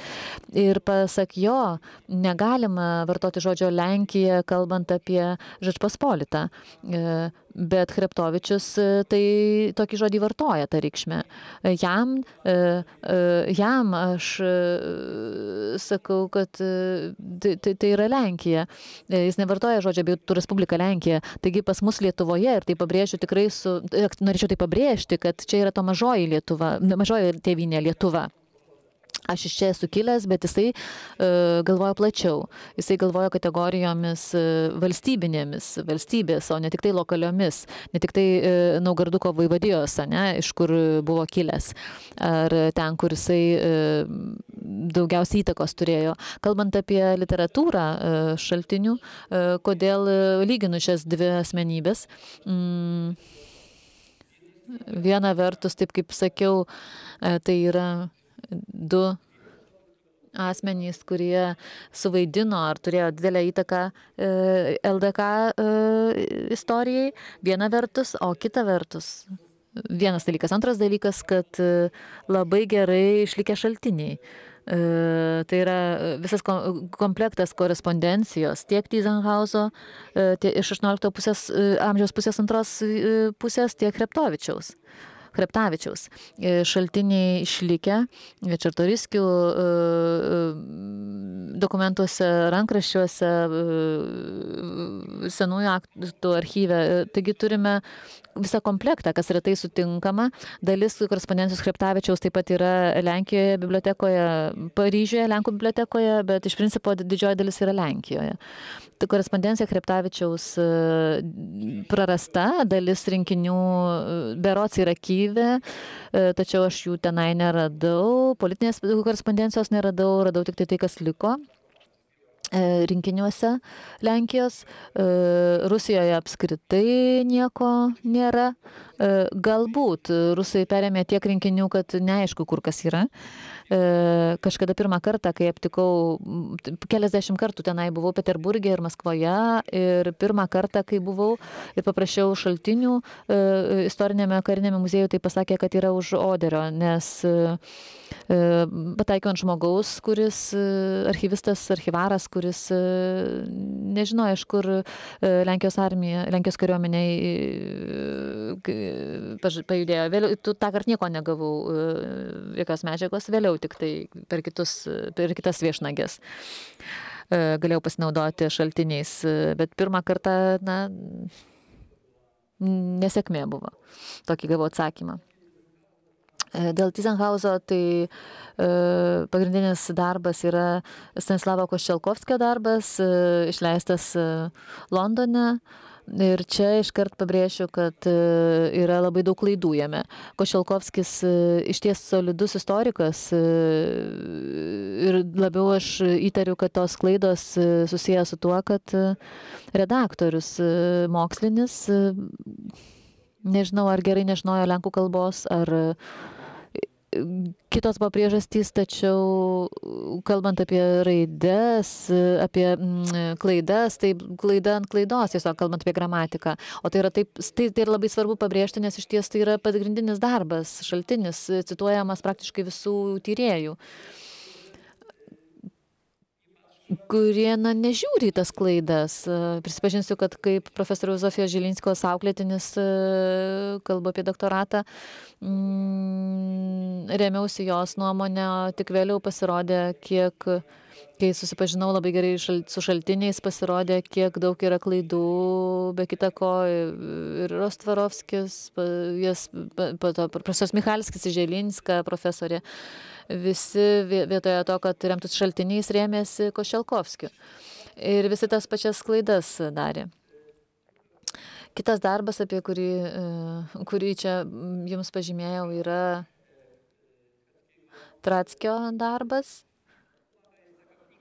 Pastaba tokia, kad nieks nėra idealus, visi bent galvoju apie save.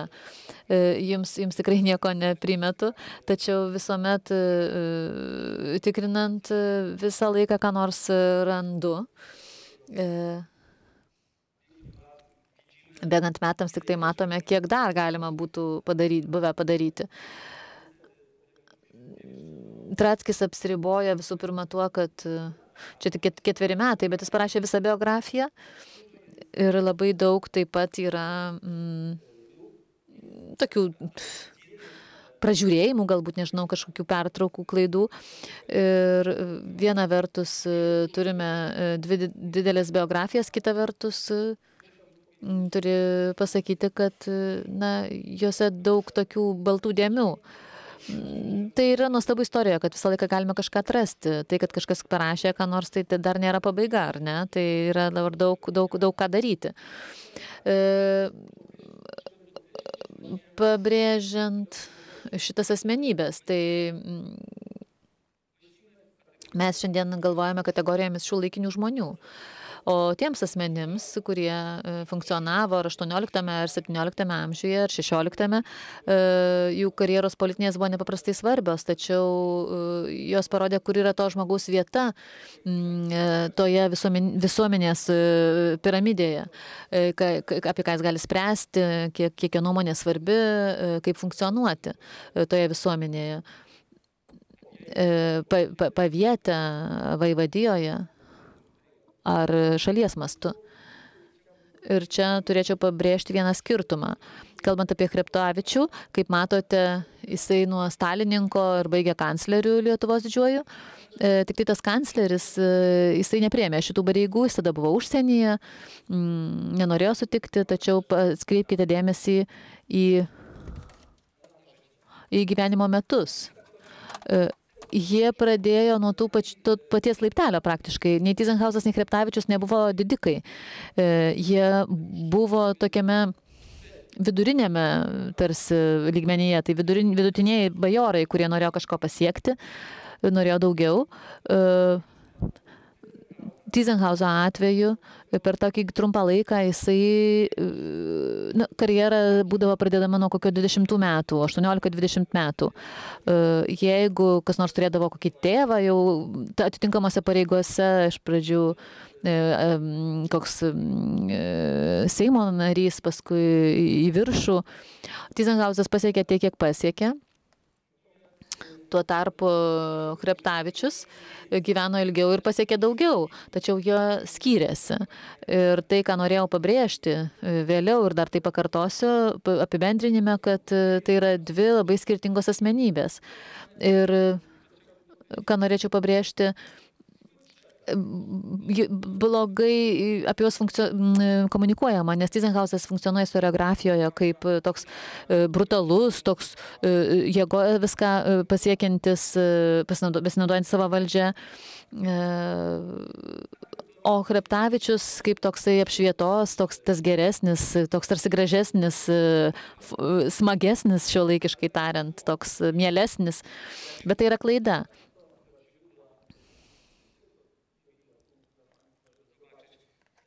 Čia šaltiniai, čia tik korespondencija, pavyzdžiui, karaliaus, pas mus nežinoma, čia Paryžiuje esanti literatūra. Taip, tai jau pabaiga. Norėčiau tik tai apie Tyzenhauzą užsiminti, nes tai yra galbūt šiek tiek naujo, ko iki šiol nebuvo literatūroje. Čia yra fragmentas iš Koščelkovskio knygos. Aprašas dažnai yra taip, kad pas Konopčinskį tai yra, kad aprašoma situacija, bet visiškai kitas išvados, kurios nesutampa su autoriaus nuomonė. Viena sako šaltiniai, o kita autorius po to, kuris mano, kad Konopčinskis, pavyzdžiui, buvo konfederacijos šalininkas baro ir jis bandė, nepaisydamas šaltinių, to, ką pats rašė pagal šaltinius, kiek toje konfederacijoje buvo blogio, jisai bandė ją taip išteisinti, gražiai pristatyti. Taip ir Tyzenhauzo atveju labai puikus šaltinis, jis visai nebuvo toks uždaras ir toks blogesnis už Chreptavičių. Čia taip pat fragmentas iš 1766 metai. Čia turime omenyje konfederacinis Seimas. Tyzenhauzas buvo priešininkas. Jisai tvirtino, kad konfederacijos supančiotam būti ir reikia galvoti vienareikšmiškai. Na ir pabaigai, žinoma, jau matau, kaip Ramunė į mane žiūri. Pabaigai toks skirtumas tarp jų, taip apibendrinant, tarp Tyzenhauzo ir Chreptavičiaus, kad Tyzenhauzas viską korespondencijoje su karaliumi, nes tai yra keli šimtai laiškų Tyzenhauzo ir keli šimtai laiškų Chreptavičiaus. Tyzenhauzo laiškuose yra taip. Taip, ne, linkėjimai, karaliaus reikalavimus įvykdžiau ir viskas. Tuo tarpu Chreptavičiaus atveju visai kitokie dalykai. Jisai rašo savo korespondencijoje karaliui, jis rašo, kad jo didenybė nėra teisus, būtų geriau padaryti taip ar taip, ir jisai iki galo ne visada su juo sutinka. Ir pavyzdžiai iš 4 metų Seimo, kai jisai buvo prieštaravo reformoms, manė, kad negalima sitraukti nuo Rusijos, atitolti ir priešinosi karaliui. Taigi 400 laiškų Chreptavičiaus karaliui, kur Chreptavičius karalių kaip ir formuoja jo nuomonę, veikia jo nuomonę. Ir tai toks skirtumas. Ir galas, pabaiga, apie kurią minėjau, karalius rašo, taip pat keičiasi korespondencija su laiku. Iš pradžių tokia sausa, griežta, oficiali, o vėliau jau karalius, čia kaip matote, čia jau tokia draugystė matosi tarp jų.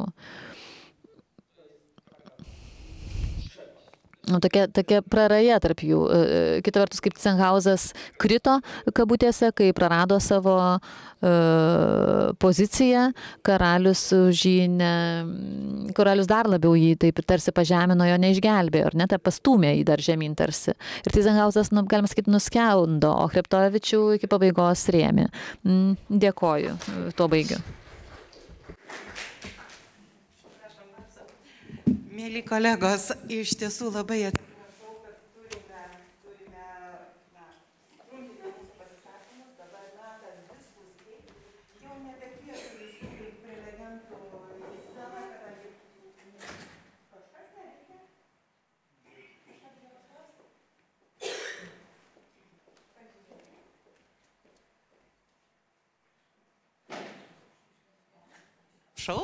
Pasirodo, paspaudžiau, atsiprašau. Kągi, kolegos, ačiū visiems prelegentams, kurie tikrai labai įspūdingai pristatė pasipriešinimo temą, ir nebekviesiu visų į sceną, nes tikrai mūsų buvo net 5 pranešimai, ir dabar diskusija visais klausimais. Tik tai matau, kad Eduardas Brusokas jau išvyko, nes turėjo išvykti į Kauną, tai tiesiog diskutuojame tomis temomis, kurios buvo išsakytos Aleksandros Malich, Linos Balaišytės, Danutos Kovalevskos ir Adamo Danilčiuko pranešimuose. Klausimai, jūsų refleksijos, prašau. Visi jau nuščiuvę. Taip, prašau, Janina.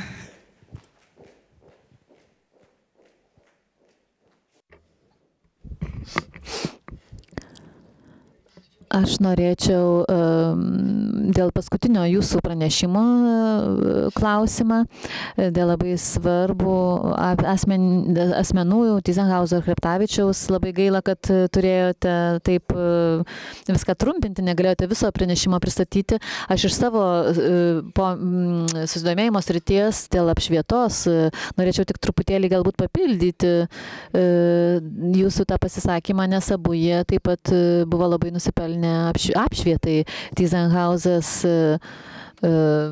savo tose manufaktūrose steigė tokias mokyklas, dirbtuves, taip pat baleto mokyklą, Gardine išplėtojo mokslus, gamtinius mokslus, ar ne?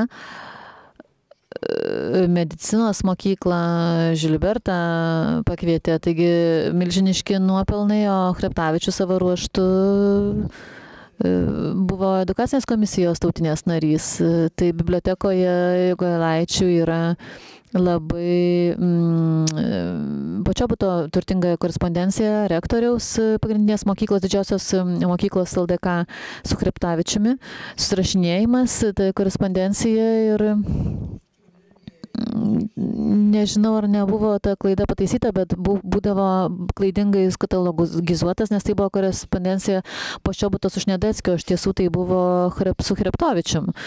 Tai labai dėkoju Jums už jūsų pranešimą, ir labai svarbus tie asmenys, ir abu juk susijęs su karaliumi, ar ne? Tai taip, kaip Jūs minėjote pabaigoje, kad Tyzenhauzas buvo tarsi truputėlį toks pažemintas ar ne, toks nuskandintas, o Chreptovičius truputėlį ištrauktas, tarsi taip patemptas į viršų. Labai asmenys svarbus, labai dėkoju. Labai dėkoju už jūsų komentarą. Iš ties verta būtų pabrėžti, kad, būtent taip, kaip pabrėžiu tai, ko negalėjau pasakyti, kad verta pabrėžti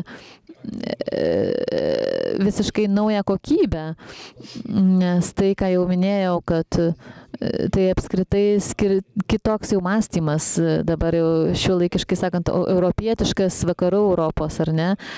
Fiziokratas, jis buvo Tyzenhauzas, taip pat jis norėjo statyti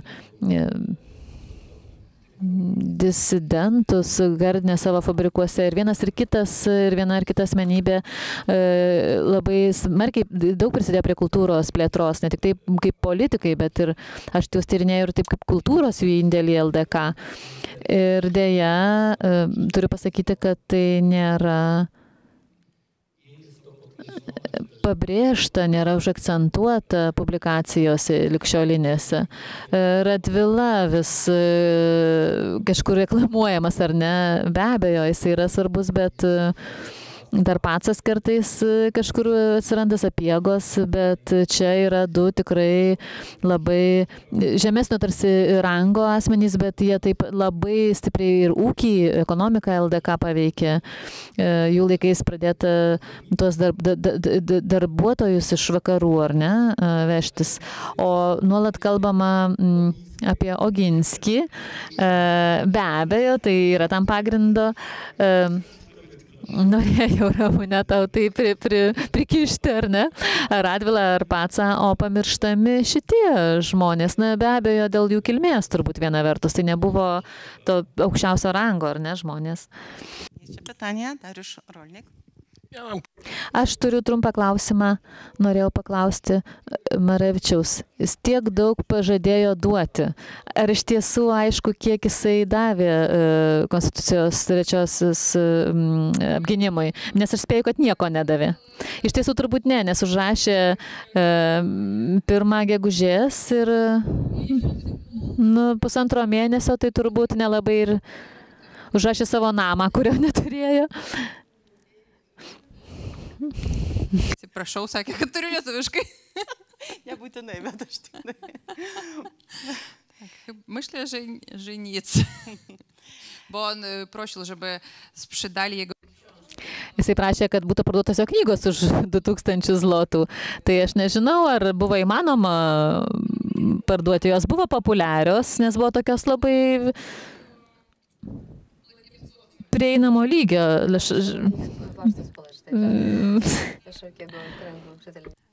Taip, dar klausimų. O galim dar vakar dienos, aš Dominiko nebepaklausiau. Nespėjai, prašau. Aha, man įdomu, tos laidotuvės kada vyko ir kur. Man tas įdomu, kad vis tiek čia reiškia Rusijos imperijoje, bet specialiai užsakoma Lietuvos Didžiosios kunigaikštystės insignijas, ar ne, padaryti. Taip, labai ačiū, kažkas susidomėjo mano pranešimu, bet klausimas toksai, kur labai yra atsakymas aiškus. Jisai buvo laidojamas 2 bažnyčiose, pirmos, tai dabar nepasakysiu, nes ten jo dalis buvo palaidota, o visas pagrindas buvo palaidotas misionierių bažnyčioje ir vėlgi 1808 metais, man atrodo, vasarą. Prasme, tai tom laidotuvėm buvo tos insignijos pagamintos. Taip, o visas šitas reikalas yra, nepasakysiu vėlgi autorės, bet lyg tai Janonienės yra straipsnis, kad LDK insignijų gaminimas jau Rusijos imperijos epochos pradžioje buvo įprastas dalykas. Šią tik komentarą pridėsiu, kad ta istorinė atmintis apie valstybę ir turėtas užimtas pareigas, rangus, titulus buvo labai svarbi ir labai smagu, kad net 2 pranešimai šiandien buvo susijęs su atmintimi. Ar mes analizuosime filmą skirtą Kosciuškai, ar analizuosime kitas įamžinimo ir atminties formas, ką padarė šiandien pranešime Aleksandra Malich.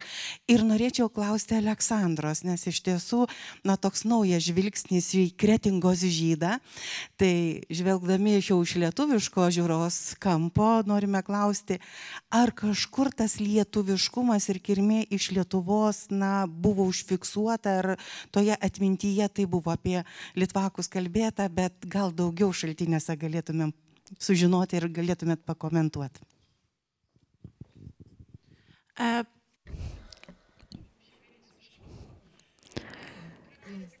Na, tiesa tokia, kad literatūros kūriniuose, kur ta atmintis, tarsi ir perduodama, tas palikimas atspindimas, tai dažniausiai pabrėžimi jo kariniai nuopelnai, pamirštant, praleidžiant tą tautinę kilmę, labiau primenant tai, kad jisai buvo žydas ir kad būtent pirmą tą dalinį ar ne žydų suformavo ir pradėjo tą kovą su stereotipais, tą ir profesorius Liber pabrėždavo, kad nuo Juzelėvičiaus Bereko prasidėjo mažoji revoliucija, galima sakyti, turint omeny tą požiūrį į žydų visuomenę. Nes ligtolinė ta tokia neapykanta ar nenoras žydų visuomeniai baigėsi tarsi, nes žydai jau turėjo savo herojų, kuris stojo už abiejų tautų respubliką ją ginti. Bet turbūt gal net Berekas, nes pasiekiau tokius korespondenciją, aptikau, kad jisai taip pat per daug savo tos lietuviškos kilmės savo gimimo nepabrėždavo, jis labiau lenkų jautėsi bendraja prasme ir tai pabrėždavo. Knygose, kaip ir istoriniuose įrašuose, taip pat kažkokiuose įsakymuose ar pokalbiuose visada būdavo parašomas kaip lenkas, kaip herojus, didvyris, bet ne, man rodos, nebuvo to pabrėžiama taip atskirai. Na ir dar vienas aspektas, aš palauksiu, kol kolegė užsidės ausines, dar vienas aspektas, į kurį aš vis tik siūlyčiau atkreipti, gal čia tik tai šiandien dėl trumpumo referato nebuvo atkreiptas dėmesys, bet kalbant apie tą žydų išėjimą, jau kaip piliečių, tai labai būtų puiku susijęti su 4 metų visa veikla Seimo, 4 metų Seimo, kur žydų klausimas buvo labai aktualus. Tai kalbant apie paties Berko vaidmenį, tai tikrai reikėtų to platesnio konteksto žydų klausimo 4 metų Seime, tai tikrai praplėstų dar labiau tyrimus. Ar būtų dar norinčių klausti? Jeśli można. Jeigu galėčiau, tai tik pastaba tyrėjo, kuris daug dirba su šaltiniais iš 18 amžiaus antros pusės, nuo Gardino knygų iki korespondencijos, taip apie žydus kalbant ar valstiečius jų kovą.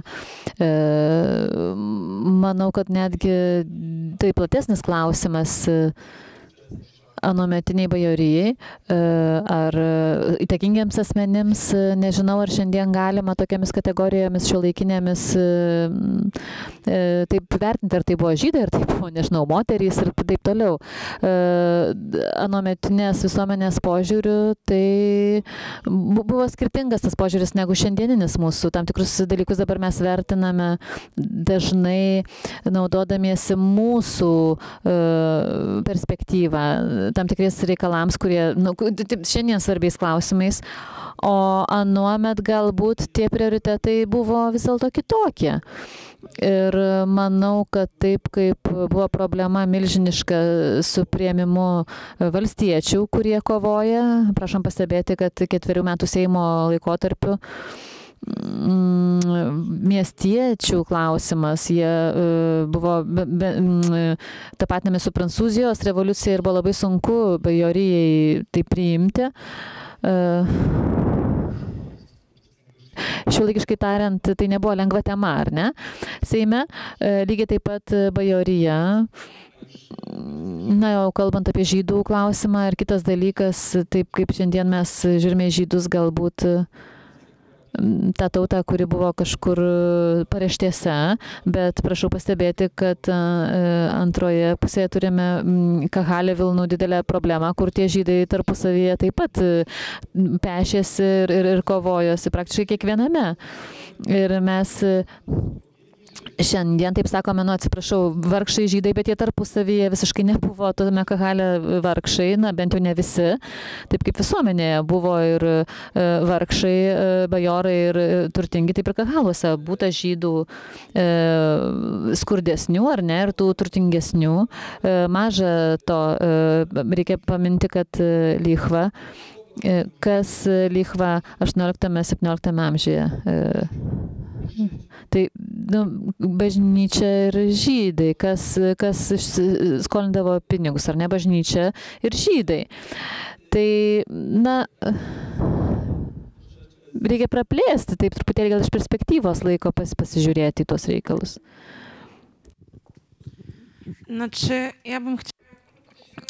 Aš trumpai norėčiau galbūt sureaguoti, kalbant apie patį žydų dalyvavimą Kosciuškos sukilime, tai, nežinau, ar tai gerai buvo pasakyta. Maniau, kad taip, per referato metu pabrėžiau keletą kartų, kad labiausiai buvo toks šokiruojantis faktas Kosciuškos sukilime žydų dalyvavimo buvo tai, kad tai buvo pirmas toksai dalinys Lenkijos istorijoje, išskirtinai žydų karių sudarytas, ar ne?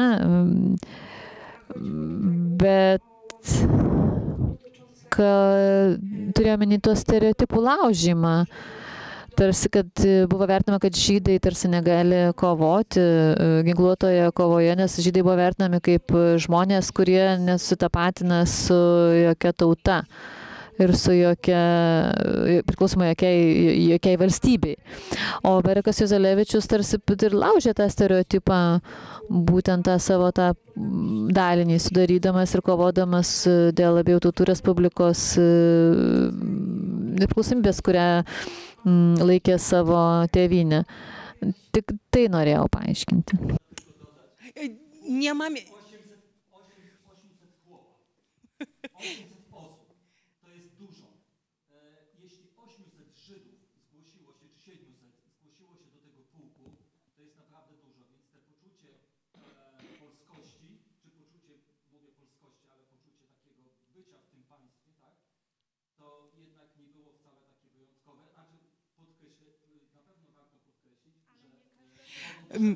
Drodzy koledzy, myślę, że to będzie temat następnej.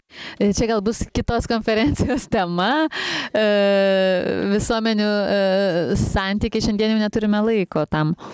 Jų pranešimų, gaila, kad Eduardo Brusoko nėra, bet tai, ką pristatė Eduardas, kalbėdamas apie Vilkmergės sukilėlių organizavimąsi, labai gražiai susisieja su tuo, kaip pristatė profesorė Kovalevska filmo analizę.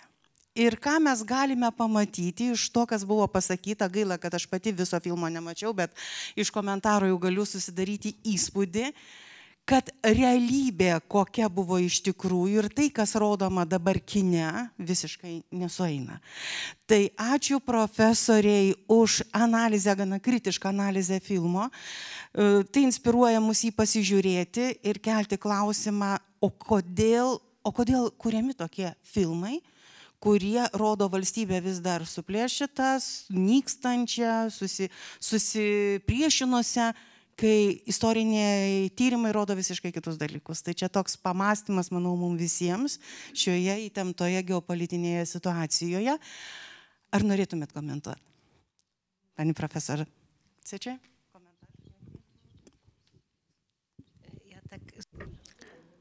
Na, aš taip pajuokausiu, nes buvo komentaras, kad filmas neskirtas istorikams, nes juos ištiks infarktas. Tai aš juokauju, žinoma, kodėl tokie filmai kuriami. Na, vakar sužinojau iš diskusijos privačios, kad buvo sumanymas sukurti komercinį tokį pramoginį filmą, o Kosciuška, buvo tiesiog kaip pasirinkimas. Nenoriu ginti nei scenaristo, nei režisieriaus.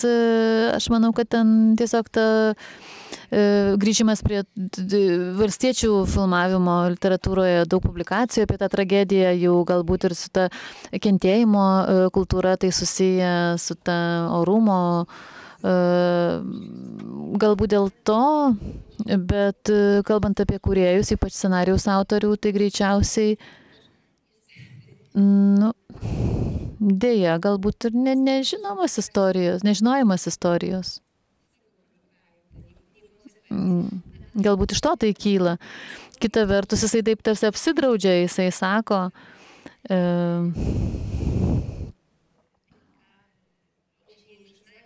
jis, žinoma, nepripažįsta, jis labai taip apsidraudžia, labai dažnai pabrėžia, kad čia visiška fikcija, matomos tos inspiracijos westernų, Tarantino, bet yra žmogus, kuris žino virtuvę to filmo, galbūt galėtumėte pakomentuoti.